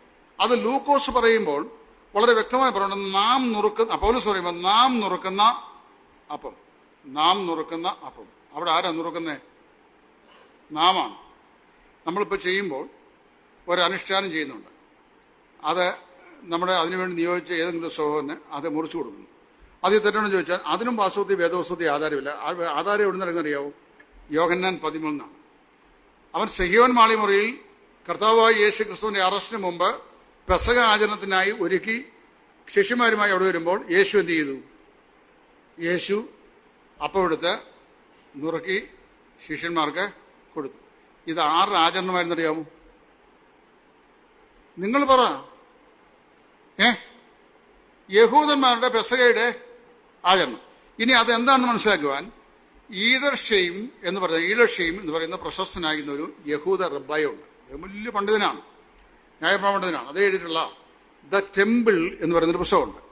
ആ പുസ്തകം അദ്ദേഹം തന്നെ എഴുതിയിട്ടാണ് the Jewish manners and customs. ഇതെല്ലാം അതേ എഴുതിയിട്ടുള്ള പുസ്തകമാണ്. ഈ പുസ്തകങ്ങൾ വായിച്ചാൽ നന്നായിട്ട് മനസ്സിലാകും. യഹൂദന്മാരുടെ എല്ലാ ഭക്ഷണമേശയിലും അവർ ആഹാരം കഴിയുമ്പോൾ ഈ വൈകിട്ടത്തെ അത്താഴം അവർക്ക് വളരെ പ്രധാനപ്പെട്ടതാണ്. ഈ അത്താഴത്തിന് അപ്പനും അമ്മയും മക്കളും കൂടെ ഒന്നിച്ച് അവർ ടേബിളിന് ചുറ്റും ഇരിക്കും. അപ്പൻ ആദ്യം ഒരപ്പം എടുത്തിട്ട് ദൈവത്തിന് സ്തോത്രം ചെയ്തിട്ട് മുറിച്ച് എന്ത് ചെയ്യും? അവർ കൊടുക്കും. ഇതേ പാർട്ടിയാണ് ആ കർത്താവ് ഈ കർത്താവിൻ്റെ മേശയുടെ ആചരണത്തിലും ചെയ്തത്. അത് ചെയ്ത ശേഷം എന്നിട്ട് പറഞ്ഞു, ഞാൻ വരുവോളം എൻ്റെ ഓർമ്മയ്ക്കായി നിങ്ങൾ ഇതിൽ നിന്ന് എന്ത് ചെയ്യും? തിന്നുവീൻ അല്ലെങ്കിൽ കൊടുപ്പീൻ എന്ന് പറഞ്ഞു. അത് കർത്താവ് കാണിച്ചെന്ന ഈ ഇൻസ്റ്റിറ്റ്യൂഷന്റെ സ്ഥാപനമാണ്. എന്നാൽ ആ സ്ഥാപനത്തിന്റെ ഉപദേശം നൽകിയിരിക്കുന്നത് യോഹന്നാന്റെ സുവിശേഷത്തിലല്ല. അതെവിടെയാണ്? കൊരിന്ത്യർക്ക് എഴുതിയ 1-ാം ലേഖനത്തിലാണ്. അവിടെ പറയുമ്പോൾ നാം നുറുക്കുന്ന അപ്പം ക്രിസ്തുവിന്റെ ശരീരത്തിന്റെ കൂട്ടായ്മയല്ലയോ? അപ്പം എന്ത് ചെയ്യാം? നാം നുറുക്കുന്നു. അതിൻ്റെ ഓരോ ഭാഗവും നമ്മൾ എന്ത് ചെയ്യുന്നു? നുറുക്കുന്നു. അങ്ങനെ ഒരു പാർട്ടിയാണ് നമ്മൾ ഇതുവരെയും ചെയ്യുന്നില്ല. ഒരു സഭയിൽ മാത്രം ഞാൻ കഴിഞ്ഞിടയ്ക്ക് പോയപ്പോൾ ഈ ബണ്ണ് അങ്ങനെ തന്നെ പാത്രത്തിൽ വെച്ചിട്ട് ഓരോരുത്തർക്കും പാസ് ചെയ്യുന്നു, ഓരോരുത്തരും മുറിച്ച് എന്ത് ചെയ്യുന്നു? ഭക്ഷിക്കുന്നു. അവിടെ ആരും മുറിച്ചു കൊടുത്തില്ല. അത് ഞാൻ കണ്ടു. അതെനിക്ക് അല്പം കൂടെ ഒരു വ്യത്യസ്തമായ നിലപാടായിട്ട് തോന്നി. അപ്പം ഞാൻ ചിന്തിച്ചത് ഞങ്ങളുടെ ഉടങ്ങാൻ വരുന്ന പ്രശ്നം ഉണ്ടായിനി. കാര്യം മുറിക്കേണ്ട ഒരാൾ അപ്പം ഇങ്ങനെ മുറിച്ച് അപ്പം നാമാണ് നുറുക്കുന്നത്. അതല്ലാതെ ഒരാൾ രണ്ട് ഒരു കാർമ്മികൻ അതിനുവേണ്ടി ഇത് മുറിച്ചു കൊടുക്കാൻ വേണ്ടി നിയോഗിതനാകണം എന്നൊരു ഉപദേശം പുതിയ നിയമത്തിൽ എവിടെയും പറഞ്ഞില്ല. ഉണ്ടെങ്കിൽ കാണിച്ചു ഞാൻ സ്വീകരിക്കാൻ തയ്യാറാണ്. ഏത് ആളുകൾ പറഞ്ഞു തന്നാലും അംഗീകരിക്കാൻ മനസ്സുള്ള മനുഷ്യനാണ് ഏത് ഉപദേശ വിഷയവും. അപ്പോൾ അങ്ങനെയില്ല, നാം നുറുക്കുക. ഇനി രണ്ടാമത്തത് പാനപാത്രം. പാനപാത്രത്തെക്കുറിച്ചായിരുന്നു ഏറ്റവും വലിയ പ്രശ്നം പാനപാത്രമാണ്. അതിൽ സിംഗിൾ കപ്പ് വാദികളും മൾട്ടിപ്പിൾ കപ്പ് വാദികളും രണ്ട് ഗ്രൂപ്പാണ് ഉണ്ടായത്. ഇത് രൂക്ഷമായി വന്നത് കോവിഡ് കാലഘട്ടത്തിലാണ്. കോവിഡ് വന്നപ്പം പലർക്കും ഈ കോവിഡ് വൈറസ് സാധാരണ നിലയിൽ ഇങ്ങനെ ഒക്കെ വരാൻ സാധ്യതയുള്ളതുകൊണ്ട് പല ആളുകൾ ഇങ്ങനെ വിമർശപ്പെട്ടിരുന്നപ്പോൾ എന്നോട് ചോദിച്ചു, ഞാനിപ്പോൾ പറയാൻ പോകുന്ന വിഷയം ഒരു പക്ഷേ ഈ പ്രോട്ടോകോൾ അനുസരിച്ച് ശരിയാണെന്ന് എനിക്കറിയാൻ വയ്യ, സ്പർജൻ സാർ എന്നെ വേണേൽ തിരുത്താം. ഇപ്പോൾ എന്നോടൊരാൾ പറഞ്ഞതാണ്, എൻ്റെ ഫാമിലി ഒരു പോലീസ് ഉദ്യോഗസ്ഥനുണ്ടായിരുന്നു, അദ്ദേഹം റിട്ടയർമെൻ്റായി മരിച്ചും പോയി. അപ്പോൾ അദ്ദേഹം പറഞ്ഞു, ചില പ്രധാനപ്പെട്ട കേസുകൾ എന്ന് പറഞ്ഞാൽ രാഷ്ട്രീയ സ്വാധീനമുള്ള കേസുകൾ വരുമ്പോൾ ആ കേസിൻ്റെ അന്വേഷണ ചുമതല ഒരു പോലീസുകാരനെ ഏൽപ്പിക്കും. അത് ശരിയാണെന്ന് എനിക്കറിയാം. എന്നോട് അദ്ദേഹം പറഞ്ഞ കാര്യം അത് ഈ പെൻഷനാകാൻ അധികം മാസം ഇല്ലാത്ത ഒരാളെ പെൻഷനായി റിട്ടയർമെൻറ്റിന് വേണ്ടി അധികം കാലമില്ലാത്ത ആളിന് അദ്ദേഹത്തെ നേർച്ച കോഴി എന്നാണ് അറിയപ്പെടുന്നത്. അറിയാമോ? അപ്പോൾ ഇത് അന്വേഷിച്ച് ഈ കേസ് വരുമ്പോൾ കേസെല്ലാം അന്വേഷിച്ച് CD ഉണ്ടാക്കി വരുമ്പോഴത്തേക്ക് ആളും ചെയ്യും. ആളങ്ങ് റിസിഗ്നേഷൻ ചെയ്തപ്പോൾ പിന്നെ അദ്ദേഹത്തിന് ഇതുമായിട്ട് യാതൊരു ബന്ധവും ഇല്ല. അടുത്ത അദ്ദേഹത്തിൻ്റെ സ്ഥാനത്തേക്ക് വരുന്ന ഓഫീസർക്കാണ് ഇതിൻ്റെ ബാക്കി ഫയൽ കൈകാര്യം ചെയ്യേണ്ട നിബന്ധന വരുന്നത്. കാര്യം ഇതൊരു വലിയ രാഷ്ട്രീയ പ്രാധാന്യമുള്ള സ്വാധീനമുള്ള കേസുകളാണ്. അല്ലാത്തതിനൊന്നും പ്രശ്നമില്ല, അല്ലാത്തൊക്കെ കൈകാര്യം ചെയ്യാം. അപ്പം ഇങ്ങനെ നേർച്ചക്കോഴിയെ കണ്ടെത്തും. അപ്പോൾ ഇതുപോലെ ഉപദേശ വിഷയങ്ങൾക്കും നമ്മുടെ പഠിപ്പിക്കാൻ പ്രാപ്തരായ പല ആളുകളും ഇങ്ങനെ കാര്യങ്ങൾ പറയാറില്ല. അതിന് നേർച്ചക്കോഴികളായി എന്നെ പോലെയുള്ള ഏതെങ്കിലും 1-2 ആളുകൾ എന്ത് ചെയ്യും, വന്നിട്ട് ഇത് പറയും. കാരണം നമുക്കധികം വേദികളില്ലാത്തതുകൊണ്ട് പറയാമല്ലോ. അപ്പോൾ ഇത് നേരെ പറയാം. അപ്പോൾ ഇവിടെ ഈ സിംഗിൾ കപ്പ് വിവാദം വന്നു. അപ്പോൾ പറയുമോ, കർത്താവ് ഈ പാനപാത്രം ലൂക്കോസിന്റെ സുവിശേഷങ്ങൾ വായിക്കണം. 3 സുവിശേഷം എഴുതപ്പെട്ടിട്ടുണ്ട്. അവിടെ എടുത്തപ്പോൾ അവിടെ തന്നെ അത്താഴം കഴിഞ്ഞ ശേഷം അവൻ പാനപാത്രം എടുത്തു. ഇത് അനേകരുടെ പാപം കൊണ്ട് മോചനത്തിന് വേണ്ടി ചൊരിയപ്പെടുന്ന പുതിയ നിയമത്തിൽ എൻ്റെ രക്തം, ഞാൻ വരുമ്പോൾ ഇതെന്ന് കുടിപ്പീൻ. അത് ലൂക്കോസ് ഒരു വൈദ്യനായിരുന്നു, ഒരു ചരിത്രകാരനുമായിരുന്നു. ലൂക്കോസ് ഒരു ഡോക്ടറുമാണ്. അതേസമയത്ത് ആരാണ്? ചരിത്രകാരൻ. മറ്റു സുവിശേഷന്മാർ പറയാത്ത കാര്യം യേശു ക്രിസ്തുവിന്റെ ക്രൂശീകരണത്തോട് ബന്ധപ്പെട്ട് ലൂക്കോസ് പറഞ്ഞിട്ടുണ്ട്. ഈ പടയാളിയിൽ ഒരുവൻ യേശു മരിച്ചു കഴിഞ്ഞെന്ന് അറിയാൻ വേണ്ടി കുന്തം കൊണ്ട് യേശുവിൻ്റെ മാൽ കുത്തി. അപ്പോൾ രക്തവും വെള്ളവും പുറപ്പെട്ടു വന്നു എന്നാണ് എഴുതുന്നത്. അപ്പോൾ ആ ഭാഗം ലൂക്കോസ് വളരെ വ്യക്തമായി ഗ്രീക്കിൽ എഴുതിയിട്ടുണ്ട്. മലയാളത്തിൽ അത് സ്പഷ്ടമല്ല. അതെന്നറിയാമോ? Blood mingled with stains water oozed out of his breast എന്ന് എഴുതിയിരിക്കുന്നത്. എന്ന് പറഞ്ഞു കഴിഞ്ഞാൽ നമ്മുടെ ഈ ഹൃദയം സ്ഥിതി ചെയ്യുന്നത് പെറികാർഡിയം എന്ന് പറയുന്ന ഒരു ചർമ്മസഞ്ചിയിലാണ്. അതിനകത്ത് 2 to 3 ounce കളർലെസ് സെക്രീഷൻ ഉണ്ട്. ഈ സെക്രീഷനാണ് ഹാർട്ടിൻ്റെ പാൽപിറ്റേഷൻ അതിനെ നിയന്ത്രിക്കുന്നത്. അതങ്ങ് ഇഞ്ചക്ട് ചെയ്ത് മാറ്റി കഴിഞ്ഞാൽ ഹൃദയത്തിൻ്റെ മിടിപ്പ് ആ വലിയ പ്രശ്നമായി തീരും. ബ്രെയിനിലും ഉണ്ടൊരു ഫ്ലൂയിഡ് അങ്ങനെ. അപ്പം ഇവിടെ ഈ ചർമ്മസഞ്ചിയിൽ കിടക്കുന്ന ഈ ശ്ലേഷ്മ വസ്തുവിലാണ് ഹാർട്ട് കിടക്കുന്നതും അത് പമ്പ് ചെയ്യുന്നതും. അതിൻ്റെ ഓപ്പറേഷൻ വേണ്ടി ദൈവം ചെയ്തതാണ്. അപ്പോൾ സ്പിയർ എഡ്ജ് എന്ന് ഈ ഹാർട്ടിനെ ടച്ച് ചെയ്തപ്പോൾ എന്താ സംഭവിച്ചു? ഈ പെറികാർഡിയം ബ്രേക്കായി. പെറികാർഡിയം ബ്രേക്കായിട്ട് ആ കുന്തമോന ഹാർട്ടിലേക്ക് ചെന്നപ്പോൾ ഹാർട്ടിലുണ്ടായിരുന്ന ബ്ലഡ് പെറികാർഡിയത്തിലുണ്ടായിരുന്ന ഈ സെക്രീഷനിലേക്ക് മിക്സ് ചെയ്തിട്ട് പുറത്തു വന്നു കഴിഞ്ഞപ്പോൾ ബ്ലഡും ഈ സെക്രീഷനും കൂടെ മിക്സ് ചെയ്താണ് പുറത്തേക്ക് രക്തവും വെള്ളവും പുറത്തു വന്നത്. അപ്പോൾ അത് എഴുതാൻ കാര്യം വെച്ചാൽ ഈ ലൂക്കോസ് ഒരു വൈദ്യനായിരുന്നു. അതുകൊണ്ട് അദ്ദേഹം മെഡിക്കൽ ടെർമിനോളജിയിൽ അത് പ്രൊസീജിയർ എന്താണെന്ന് മനസ്സിലാക്കാൻ എഴുതിയിരിക്കുകയാണ്. എന്നാൽ യോഹന്നാൻ ഒരു സാധാരണക്കാരനായ ചെറുപ്പക്കാരനായിരുന്നു. പുള്ളി അത് അങ്ങനെ എഴുതിയിട്ടില്ല. മനസ്സിലായോ? അപ്പോൾ മത്തായി ചുങ്കക്കാരനായിരുന്നു. പുള്ളിയും എഴുതിയപ്പോൾ ഈ സംഭവം എഴുതിയിട്ടുണ്ട്, പക്ഷേ ഈ ടെർമിനോളജി എഴുതിയിട്ടില്ല. അപ്പം അങ്ങനെയൊക്കെ ദൈവം ഓരോരുത്തരെയും കൊണ്ട് ഓരോന്ന് എഴുതിച്ചു വെച്ചേക്കുന്നത്. അപ്പോൾ ഇവിടെ ഈ പാനപാത്രം എടുത്തു എന്ന് പറഞ്ഞാൽ അതിൻ്റെ അർത്ഥം അത് കണ്ടെയ്ൻ ചെയ്യുന്ന കപ്പ് എടുത്തു എന്നല്ല, അതിനകത്ത് കണ്ടെയ്ൻ ചെയ്യുന്ന വീഞ്ഞെന്നതിൻ്റെ അർത്ഥം. എന്നിട്ട് പറഞ്ഞു, ശിഷ്യന്മാരോട് പറഞ്ഞു, ഡിവൈഡ് ഇറ്റ് യുവേഡ് സെൽസ് ബിറ്റ്വീൻ. നിങ്ങൾ എന്ത് ചെയ്യുക? ഡിവൈഡ് ഇറ്റ് ബിറ്റ്വീൻ യുവേഡ് സെൽസ് പറഞ്ഞാൽ അതിൻ്റെ അർത്ഥം എന്നാ? സിസ്റ്ററെ പറഞ്ഞോട്ടെ. Divide it between. ഞാനൊരു ഓറഞ്ച് നിങ്ങൾക്ക് തന്നു, അതിന് 12 ഇതളുകളുണ്ട്. ഞാൻ അതിൽ പൊട്ടിച്ച ശേഷം ഒരു ഇതൾ ഞാൻ എടുത്ത ശേഷം ബാക്കി 11 അത് നിങ്ങൾക്ക് തന്നിട്ട് പറഞ്ഞു, യു ഡിവൈഡ് ഇറ്റ് 6 ബിറ്റ്വീൻ എന്ന് പറഞ്ഞാൽ അടുത്ത് തന്നെ നിങ്ങളെല്ലാവരും ഓരോ ഇതൾ കടിച്ച് പറിച്ച് തിന്നേച്ചാൽ അതിൻ്റെ അംശം ഒരാൾ അല്പം കടിച്ചു, അടുത്ത ആൾ അങ്ങനെ കൊടുക്കും എന്നാ പറഞ്ഞേ? അല്ല, ഒരാൾ ഒരു ലീഫ് എടുത്തു, അടുത്ത ആളിന് എന്ത് ചെയ്തു? അടുത്ത ലീഫ് കൊടുത്തു. പറഞ്ഞാൽ ഇത് നിങ്ങൾ പകർന്ന് കുടിപ്പിൽ നിന്ന് നിങ്ങൾ പകർന്ന് കുടിപ്പിക്കുന്നതിന് ശരിയായ തർജ്ജമ. ഇത് മനസ്സിലാക്കാൻ യഹൂദന്മാരുടെ ഭക്ഷണപാനീയ നിയമങ്ങളനുസരിച്ച് the manners and customs written by John Heding, അതിനകത്ത് അദ്ദേഹം പറഞ്ഞിട്ടുണ്ട്, ലോകത്തിലെ ഏറ്റവും കൂടുതൽ ശരീരശുദ്ധിയുടെ നിയമങ്ങൾ പാലിക്കുന്ന റിലീജിയനാണ് യഹൂദന്മാർ. അവരുടെ ഭക്ഷണത്തിനും വസ്ത്രത്തിനും കിടക്കയ്ക്കും പാർപ്പിടത്തിനും എല്ലാത്തിനും ശുദ്ധാശുദ്ധ നിയമങ്ങളുണ്ട്. സ്വന്തം അപ്പനും അമ്മയും കുടിക്കുന്ന ഗ്ലാസ്സിൽ നിന്ന് എന്ത് ചെയ്യില്ല, ഈ മക്കൾ കുടിക്കുകയില്ല, കുടിക്കാൻ നിർബന്ധിക്കില്ല. അങ്ങനെ എനിക്ക് 2 പെമ്പിള്ളേർ. അതിൻ്റെ ഇളയ മോള് അവിടെ ബെഡിൽ ആരും കിടക്കുന്ന അവൾക്ക് ഇഷ്ടമല്ല. അവൾ കുടിക്കുന്ന കപ്പ് എടുക്കുന്നത് ഞങ്ങളെടുത്താലും ഇഷ്ടമല്ല, പിന്നെ അവൾ ആ കപ്പ് കുടിക്കുകയില്ല. അപ്പോൾ ഞാൻ പറഞ്ഞു, മോളെ അതൊക്കെ തെറ്റാണ്, പക്ഷേ അങ്ങനെ അവൾ ഡിസിപ്ലിൻ ചെയ്യില്ല. അപ്പോൾ ഒരു സെപ്പറേറ്റ് സ്വഭാവം. യഹൂദന്മാർ അങ്ങനെയാണ്. അപ്പോൾ ഓരോ ഇൻഡിവിജ്വലിനും അവരുടെ ഫാമിലി ടേബിളിൽ സെപ്പറേറ്റ് കപ്പ് കാണും. നടുക്ക് ഒരു പാത്രം കാണും, അതിലാണ് പാനീയം വെച്ചിരിക്കുന്നത്. ഇതിൽ നിന്ന് ഓരോരുത്തരും അവരവർക്കുള്ളത് എന്ത് ചെയ്യും? ഒഴിച്ചിട്ട് കുടിക്കും. ഈ സെയിം പാറ്റേണാണ് കർത്താവ് അനുഷ്ഠിക്കുന്നത്. എവിടെയെങ്കിലും കർത്താവ് ഒരു കപ്പെടുത്ത ശേഷം നിങ്ങളെല്ലാം നിന്ന് മൊത്തിക്കൊടുപ്പീൻ എന്ന് എഴുതിയായിട്ട് വായിച്ചിട്ടുണ്ടോ? അങ്ങനെയില്ല. എന്നാൽ ഈ മൊത്തിക്കുടിക്കൽ വന്ന എങ്ങനെയെന്ന് ഞാൻ പറയാം, അതൊരു പാരമ്പര്യമാണ്.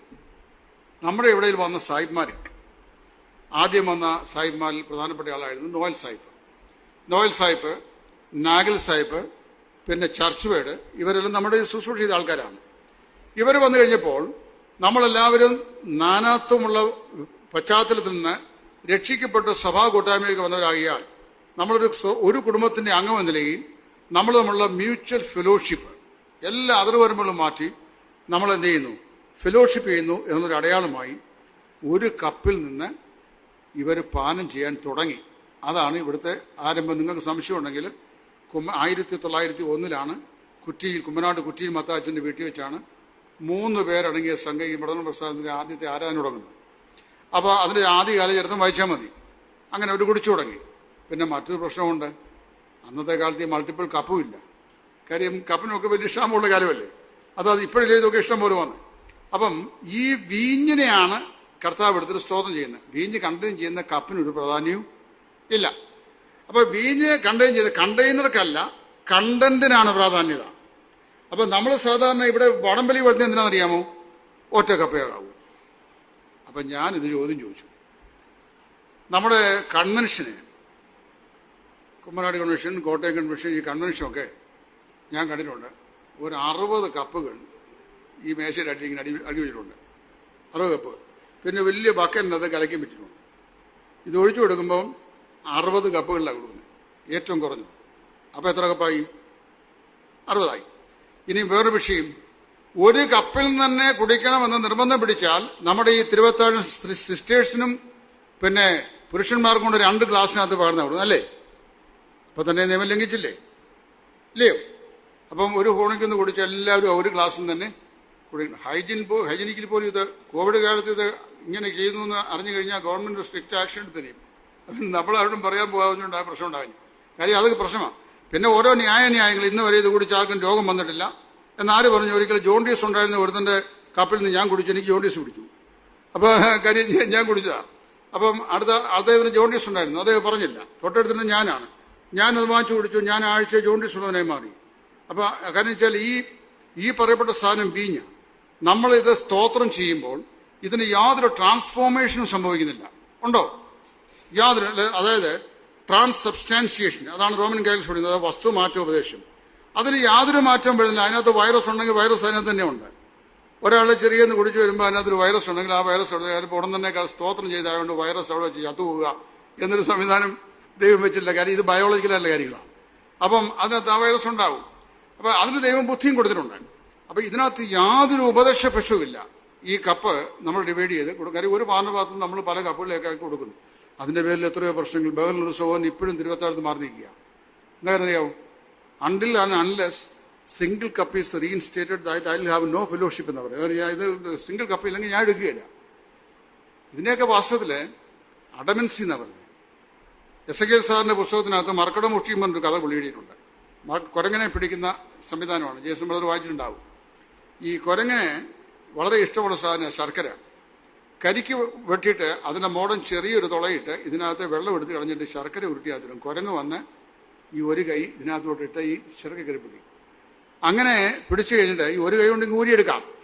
പക്ഷേ അടുത്ത കുരങ്ങൻ വരുന്നു എന്നുള്ള പരവേശം കാരണം ഈ കയറാൻ സ്ഥലമില്ലാത്തടത്തോടെ മറ്റേ കൈയോടിന് അതോടെ ഇതിട്ട് ഈ ശർക്കര ഇങ്ങനെ പിടിക്കും. ഈ പരുവം നോക്കി കുരങ്ങെടുത്തുകാർ വല വീശി കുരങ്ങിനെ പിടിക്കും. അതെന്നാണ് ഈ മർക്കട മുഷ്ടി എന്ന് പറയുന്ന ചൊല്ലുണ്ടായത്. അപ്പോൾ ഇതൊരു പാരമ്പര്യമാണ്. ഇങ്ങനെ ആകാവൂ. അതുപോലെ ഒരാൾ മുറിച്ചു കൊടുത്തേ മതിയാവുള്ളൂ. മുറിച്ചു കൊടുക്കാൻ കാരണങ്ങളിൽ മുറിക്കാൻ പാടില്ല. ഈ പറയുന്ന എല്ലാം എന്താണ്? ഒരു പാരമ്പര്യമാണ്. ഇനിയും മറ്റൊന്നിലേക്ക് ഇത് അത്രേ എനിക്കത് പറയാൻ സാധിക്കുകയുള്ളൂ. അപ്പം പിന്നെ മറ്റൊന്നാണ്, ഈ കർത്തനമേശ വയ്ക്കുമ്പോൾ നമ്മൾ സാധാരണ അതിൻ്റെ മണ്ടയ്ക്ക് ഒരു മൂടുവിരി ഇടും. നിങ്ങൾക്ക് ആർക്കെങ്കിലും അതിൻ്റെ അർത്ഥം വല്ലതും മനസ്സിലായിട്ടുണ്ടോ? ആർക്കെങ്കിലും എവിടെയെങ്കിലും ഈ ബൈബിളിനകത്ത് ഇങ്ങനെ ഈ കർത്തനമേശ വരിക വെക്കുമ്പോൾ അതിൻ്റെ മണ്ടയ്ക്ക് ഒരു മൂടുവിരി ഇട്ടേക്കണം, അത് ശുഭ്രമായിരിക്കുന്ന ഒരു വെള്ള വിരിയായിരിക്കണം എന്നുള്ള, അത് ആഴ്ചതോറും എടുത്തുകൊണ്ട് പോയി കഴിയണം, അത് ടിന്നോപ്പാലിലും വെക്കണം എന്നെല്ലാം എവിടെയെങ്കിലും എഴുതിയിട്ടുണ്ടോ? ഇല്ല. പിന്നെ എവിടുന്ന ഇത് വന്നേ? പണ്ട് കാലത്ത് നമ്മുടെ ഈ ചർച്ചിൻ്റെ ആരംഭകാലത്ത് വല്ല മരത്തിൻ്റെ ചുവട്ടിലോ ഓല കെട്ടിയ വീടുകളുടെ ഷെഡുകളിലോ വരാന്തയിലോ ഒക്കെയാണ് ഈ മേശ ഒരുക്കി വെക്കുന്നത്.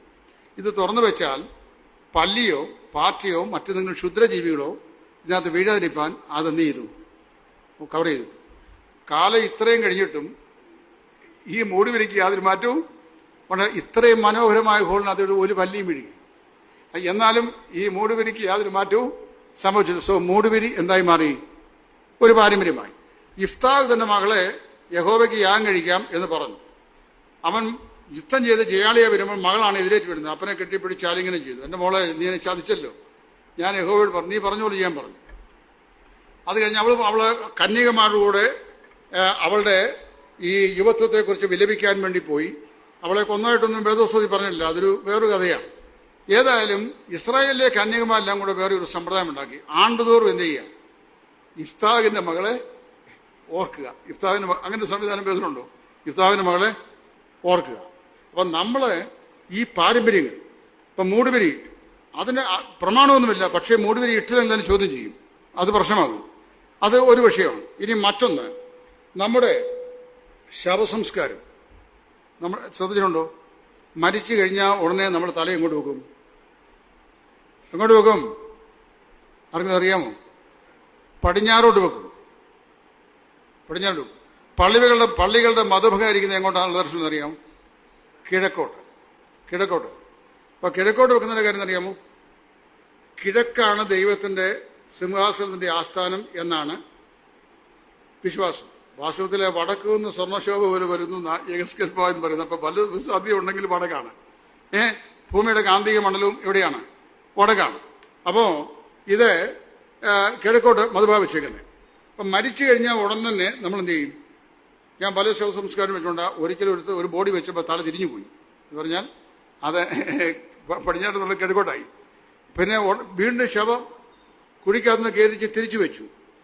എന്താണെന്ന് ചോദിച്ചു കഴിഞ്ഞാൽ ഈ കർത്താവ് ഇനി പ്രത്യക്ഷപ്പെടാൻ പോകുന്നത് എവിടുന്നാണ്? കിഴക്ക് നിന്നാണ്. അപ്പോൾ ഇവൻ ഉയർത്തെഴുന്നേറ്റ് വരുമ്പോൾ എന്ത് ചെയ്യണം? കർത്താവിൻ്റെ മുഖം.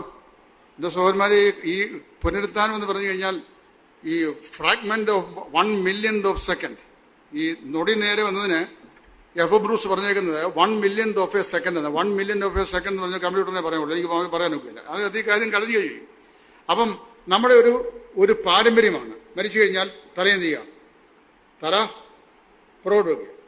ഇപ്പോൾ പിതാക്കന്മാരുടെ കാലത്ത് നമുക്കുണ്ടായിരുന്ന പാരമ്പര്യമുണ്ടായിരുന്നു, ഈ ഗർഭിണികളെ ഉമ്മരപ്പടിയിൽ ഇരിക്കരുത്.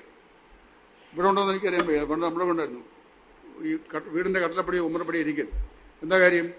മുമ്പോട്ട് തൂങ്ങിക്കിടക്കുന്ന വയറുമായി മുമ്പോട്ട് ആഞ്ഞു കഴിഞ്ഞാൽ വയറടിച്ച് താഴെ വീഴും. ആ ഇരിക്കരുതെന്ന് കാരണം അതാണ്. കട്ടിലിൽ ഇരുന്നു കൊണ്ട് കാലാട്ടെന്ന് പറയും. കാര്യം അന്നത്തെ വല്യപ്പന്മാർ മുറുക്ക് തുപ്പുന്നവരായിരുന്നു. കോളാമ്പിക്കകത്ത് മുറുക്കി തുപ്പൽ സൂക്ഷിച്ചു. ഇത് കട്ടിലിൻ്റെ അടിയിലാണ് സൂക്ഷിക്കുന്നത്. കട്ടിലിൽ നിന്നുകൊണ്ട് കാലാട്ടി കഴിഞ്ഞാൽ ഈ കാലി എന്ത് ചെയ്യും?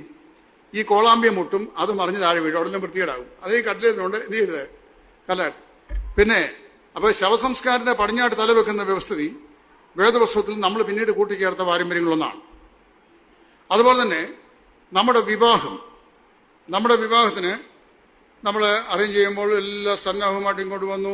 മണവാളിനെയും മണവാട്ടിയും സ്വീകരിക്കാൻ ഒരുക്കപ്പെട്ട 5-6 പിള്ളേരെ എല്ലാം യൂണിഫോം ഇട്ട് നിർത്തിയിരിക്കുന്നു. ബക്കറ്റിനകത്ത് പുഷ്പങ്ങൾ വാരി ഇങ്ങനെ എന്ത് ചെയ്യുന്നു? അയൽക്കൂടി വിതറുന്നു.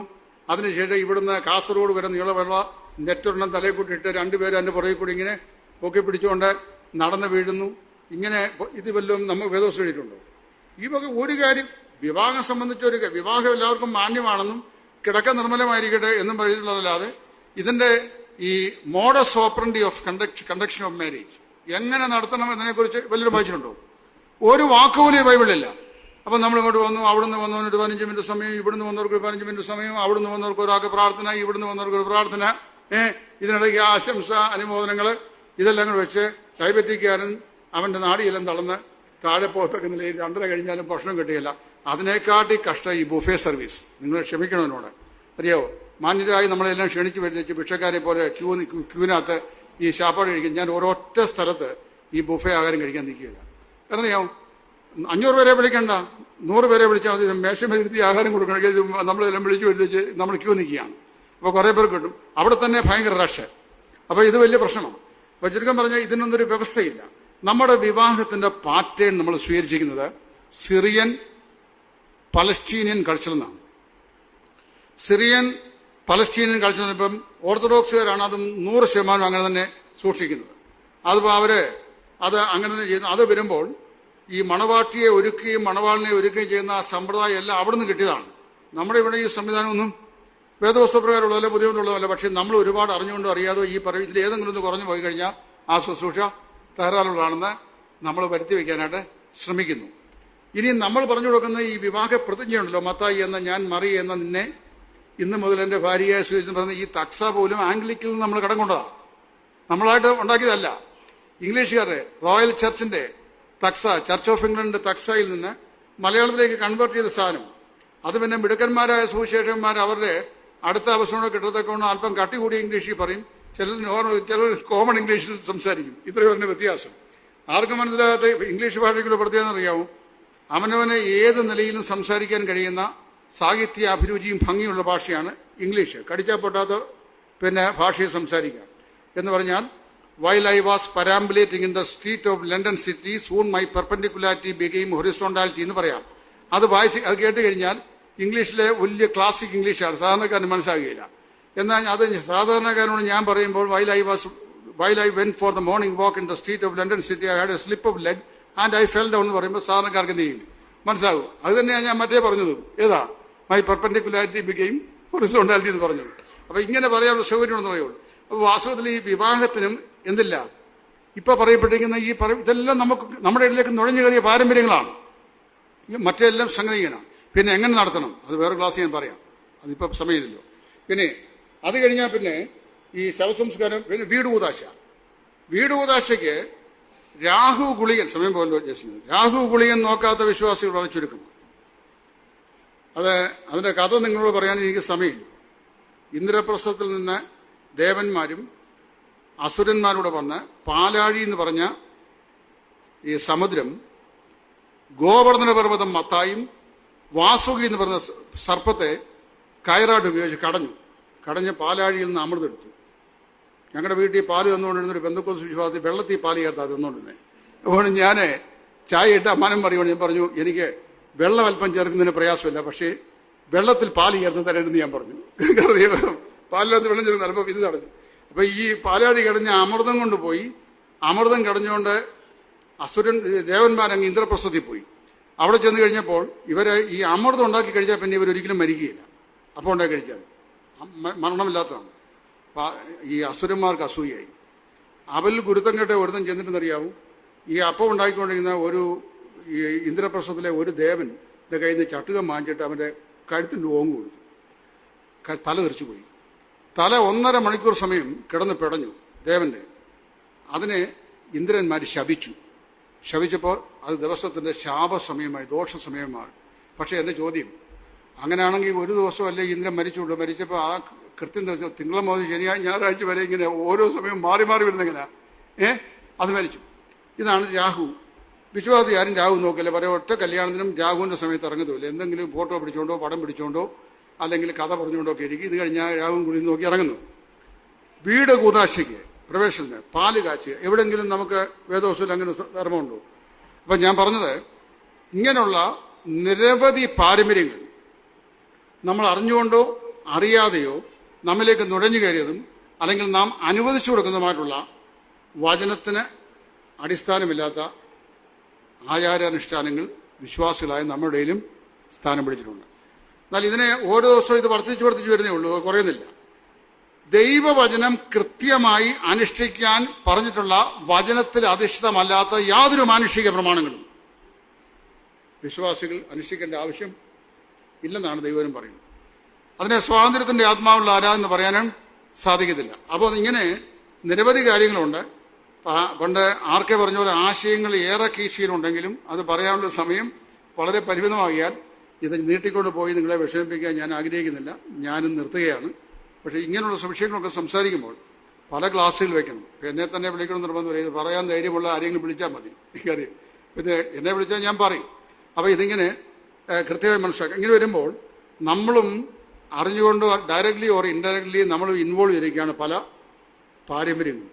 അപ്പോൾ ഈ പാരമ്പര്യങ്ങൾ നമുക്കുണ്ടായിരിക്കുകയും നമ്മൾ പറയുന്നത് നമുക്കൊരു പാരമ്പര്യവും ഇല്ലാത്ത കുടിവരവാണ്. എന്നിട്ട് പറയുകയാണ് നല്ല വ്യർത്ഥവും പിതൃപാരമ്പര്യമുള്ള തലമുറയിൽ നിന്നാണ് നമ്മളിങ്ങോട്ട് വന്നിരിക്കുന്നത്. മറ്റൊരു അക്ഷരികമായി ഇത് പാലിക്കുന്നു. നാം അനുവാദം കൊണ്ട് ഇതിനെ എന്ത് ചെയ്യുന്നു?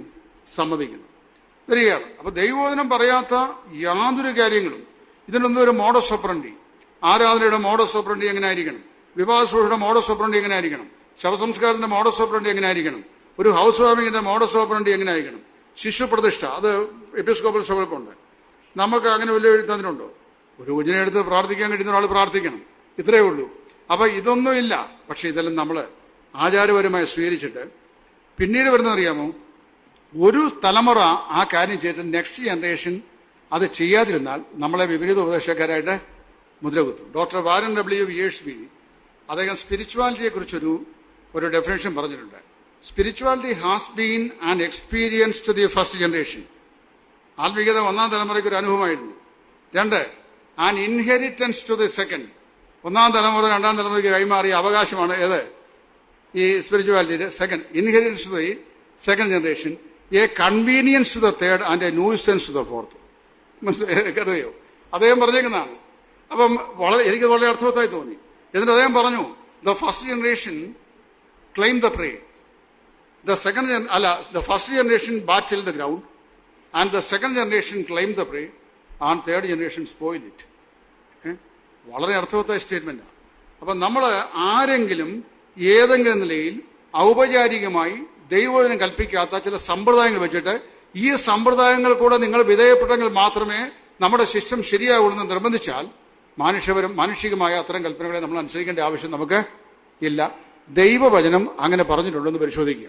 ദൈവവചനം പറഞ്ഞിട്ടുണ്ടെങ്കിൽ അനുസരിക്കുക, അല്ലെങ്കിൽ വ്യക്തി സ്വാതന്ത്ര്യം അനുസരിച്ച് അനുസരിക്കാതിരിക്കുക. ദൈവം നമ്മെ സഹായിക്കും.